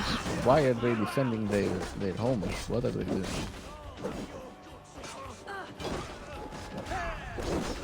Hello, bot in the chat. Hello, bot. Could you kindly maybe get gone? Yeah, show you to do it. Yeah, you know you've got it made if you're live streaming. There's bots in your chat. Wait, let me. Oh, come on. There's a bit of an awkwardness with. I have found that the locking on is a little bit weird. Weird, yeah, exactly. Well, I mean, what are you doing? That's not how spears are used for a shield. Well, what is a spear made of? I mean, as we all know, if you take an axe to a wooden spear. it's That's kind of gonna block that axe. yeah. And we studied ancient combat, so we know. Oh right. Wow, why did you set fire to the church? Why? I mean, you're being efficient. Hey, so okay. Get into this building that's on fire. And I mean, this stone church as well is just like, look at it. Yeah. So how does one find the resources? Ask politely. There. What's this? Wealth. It says wealth. Yeah. No, that's this just. Was the yellow. No, I know, but you passed the yellow marker, right? There was somewhere. Oh, Excuse me, sir or madam. I'm here to take your monies. Exactly. I think you have to go into the burning building. Yeah, because of course. Doesn't sound safe, but sometimes you gotta do what you gotta do. Force open. Okay. You don't knock this time. Oh wait. Oh, there's some dudes here. Hello, dudes. You should just pass by him. Yeah, like give me share. If you don't mind.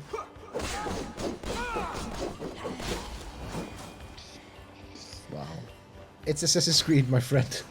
There's a lot of killing and dying that you're doing here. Okay. So also, what is this? This is a rich church. This is a rich church, my friend. Oh, monastery. Monastery. Sorry. That is all we need, Gunner. But there is more. We should claim it. In this like golden, like huge chest, they had some raw materials.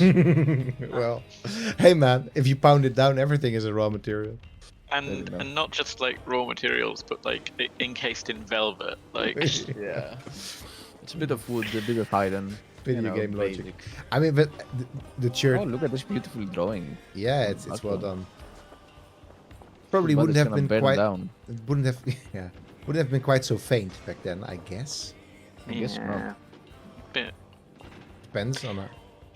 I mean, though, to be honest, I mean, it's a little bit more like I'm going to say quality inverted commas here. What I mean by that is the kind of photorealism element of it is slightly more than what I might have expected, but the kind of general almost cartoonish nature of the figures, that's a very common feature in the Middle Ages. Again, because it was supposed to be readable by a community of people who could not read. Yeah, no, absolutely. It's nicely done. It's just. Yeah, it's just the context of it all with the violence bumping. So I'm also gonna just put this out here, like setting fire to churches and especially after the Notre Dame fire, and Assassins and the Ubisoft developers making a big deal out of that as well in terms of supporting it. It's just it feels kind of maybe you could have done without the fire. I don't know. And also like this, I think I get it. It's don't die. It's a raid, but it's not a raid. It's not necessarily we set everything on fire. Yeah. Like how does that help you? Yeah, like you want to get in there and get stuff out. You don't want to destroy the building.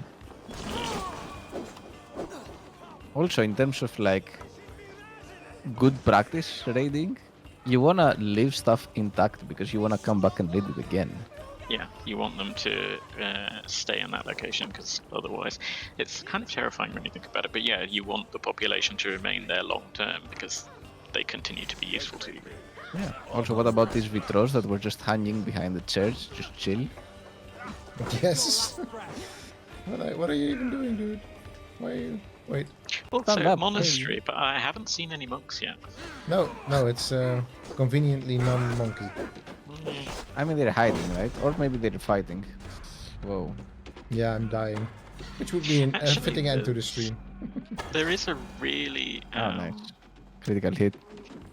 There's a fantastic book by Catherine Smith. I'm trying to think of what it's called. But it is all about how monks did take part in warfare, and particularly some of our earlier accounts in England have disputing armies trying to take out the monks on the other side before killing anyone else, for fear that by them praying, God would intervene on their side. So that's smart move. Apparently, God doesn't care when his adherents are being murdered in the field of battle, but he does care, if you pray hard. Yeah. So how do we even get in here? I have to go up top? I don't know, this entire thing is on fire. No, get away from the fire. No, don't go to the fire. Don't go to the fire. Thanks, Aris, for this chemistry lesson. Come on, let me get out of here. But I want to go in here because there's a dude of mine hanging around in here. Is there? Yeah, look. Also, there's some sort of. There, just break it. But no, it's barred from the other side. What? You have to go up and go through the roof. I guess so. Yeah, but you know what? Oh, maybe this one. Maybe this one. Door barred? No. When did they bar the doors? Yeah. Those are quick. That's loot. That's nothing. So let me just try and break this window. Of course. Beautifully decorated window. Of course, yeah. Monster. Oh, he's stuck in there trying to loot. Sorry. Exactly. Hang on, he's inside, perfectly able, but can't unbar the doors for you. No, apparently not. So there you go. Alcestry Monastery. That's I'm so proud. How do you feel? I feel positively positive # like a Viking. No, I mean, to be honest, it's a beautiful looking game. It's plays a bit sluggish. I'm gonna say not something up with the frame rate. I'm not entirely sure. And clearly there has been a ton of detail put into it again by an enormous development team. I can't say also, of course, because I've been now spending a bit of time talking to you and not super much minding the narrative, but even when I was playing by myself, that I was like really getting into like, oh, the character and the narrative, not as much as I was with Odyssey. I liked it a lot better for some reason. So we'll see. But so what's your I mean, we're gonna hear your take, extended take, for a review that you're doing for us, Liam. But so far, what is the because you've pre-written also a piece for Value about this. I mean, I think that I've been so far pleasantly surprised, in all honesty. I was expecting even just the first few hours of gameplay. Like I know that we raised some concerns about the way in which a lot of the PR for the game has been handled, and was expecting to come across stuff that was morally repugnant very early on, and really kind of difficult to handle as a kind of informed gamer, and not take real serious issue with. Where we have pointed out problems so far from a kind of historical standpoint, a lot of it is details. I think that there's definitely a conversation as JA has pointed out earlier on in the chat, actually, about having a conversation about the colonial aspect of this.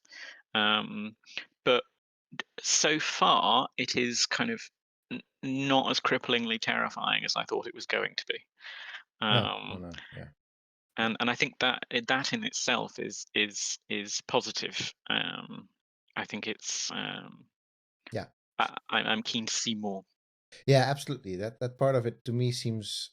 I mean, of course, as you just see, you're just running into this monastery and you're just smashing the ever living daylights out of it.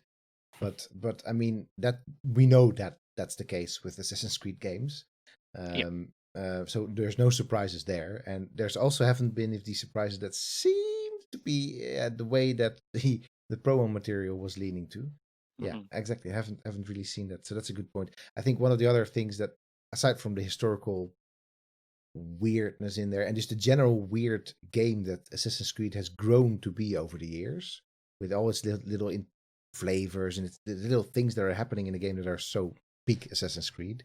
One of the other things is, to me, it feels a lot very exaggerated. So Norway with all its huge cliff faces and its enormous meat halls feels, like they're overemphasizing what is already just historically an interesting and beautiful culture with great aesthetics. You don't always have to supersize, and a beautiful landscape.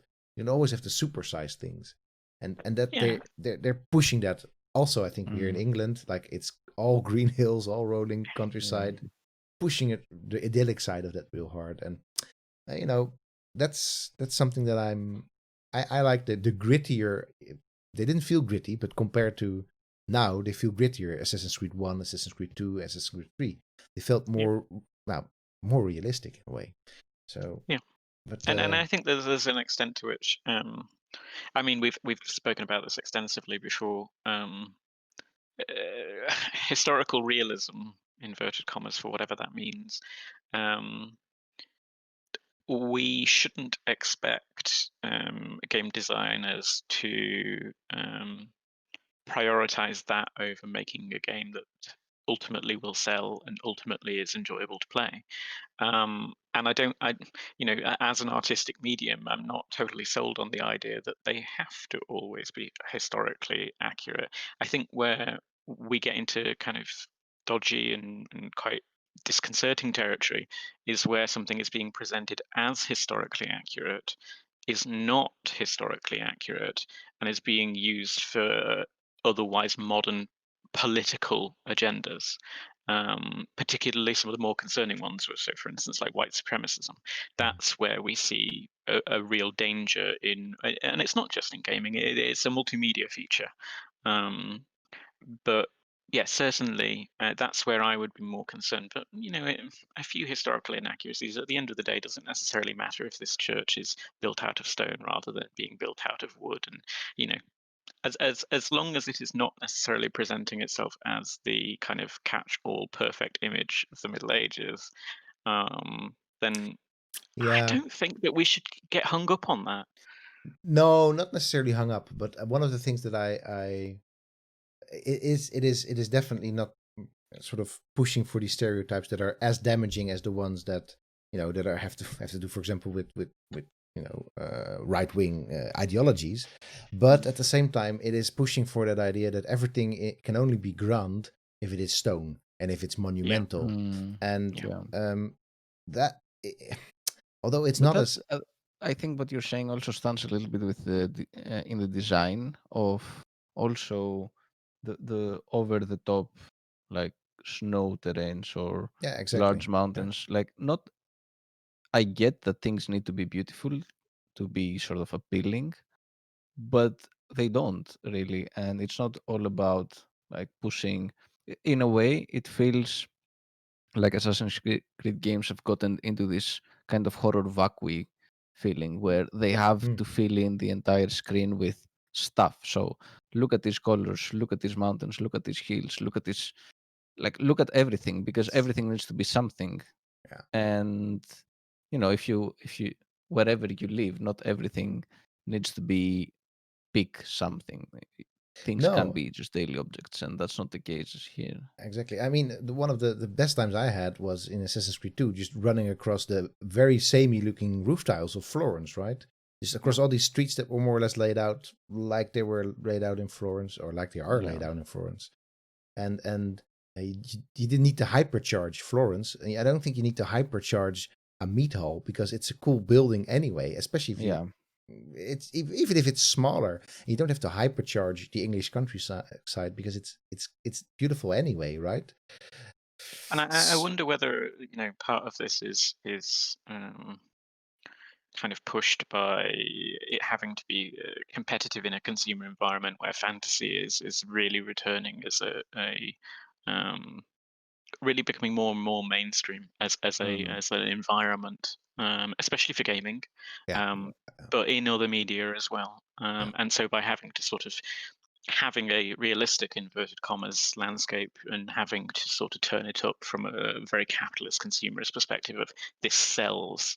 I can see why they're doing it. Is it necessarily sending the right message to have that?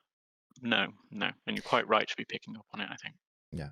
I mean, it's as I said, it's not the worst thing, but it's just one of those. It's one of those larger aspects of how we treat the past. I think that then can also lead into other manipulations that are maybe a bit more dangerous. But regardless, would have been happy if I would have been ransacking a wooden monastery instead of this beautiful stone one. But it is another Assassin's Creed game. It has this very interesting time period there, and I can't wait to get a little bit more into the political stuff around it, sort of the kingdoms and the story itself, because it is a slow burn. That I will say. It is an absolutely slow burn, this narrative and how it starts up. So if you want to play it, you better have some hours set aside. For real. Yeah. All right. Thanks, Liam. Thanks so much. I'm hoping you are going to have a great time with Assassin's Creed Valhalla. Yeah, me too. Looking forward to seeing and reading more of your thoughts on this. And of course, big thanks for joining us on stream once again. Thank you very much for having Aris, it's also very nice that you were here as well. Awesome. I'm just kidding. It's always really good to do these hangouts and not have to mull over all these things happening in the game just by yourself. So really, and of course, thank you for hanging out in the chat for so long, and also people that have already left. Thank you too. You can't hear it, but still, thank you.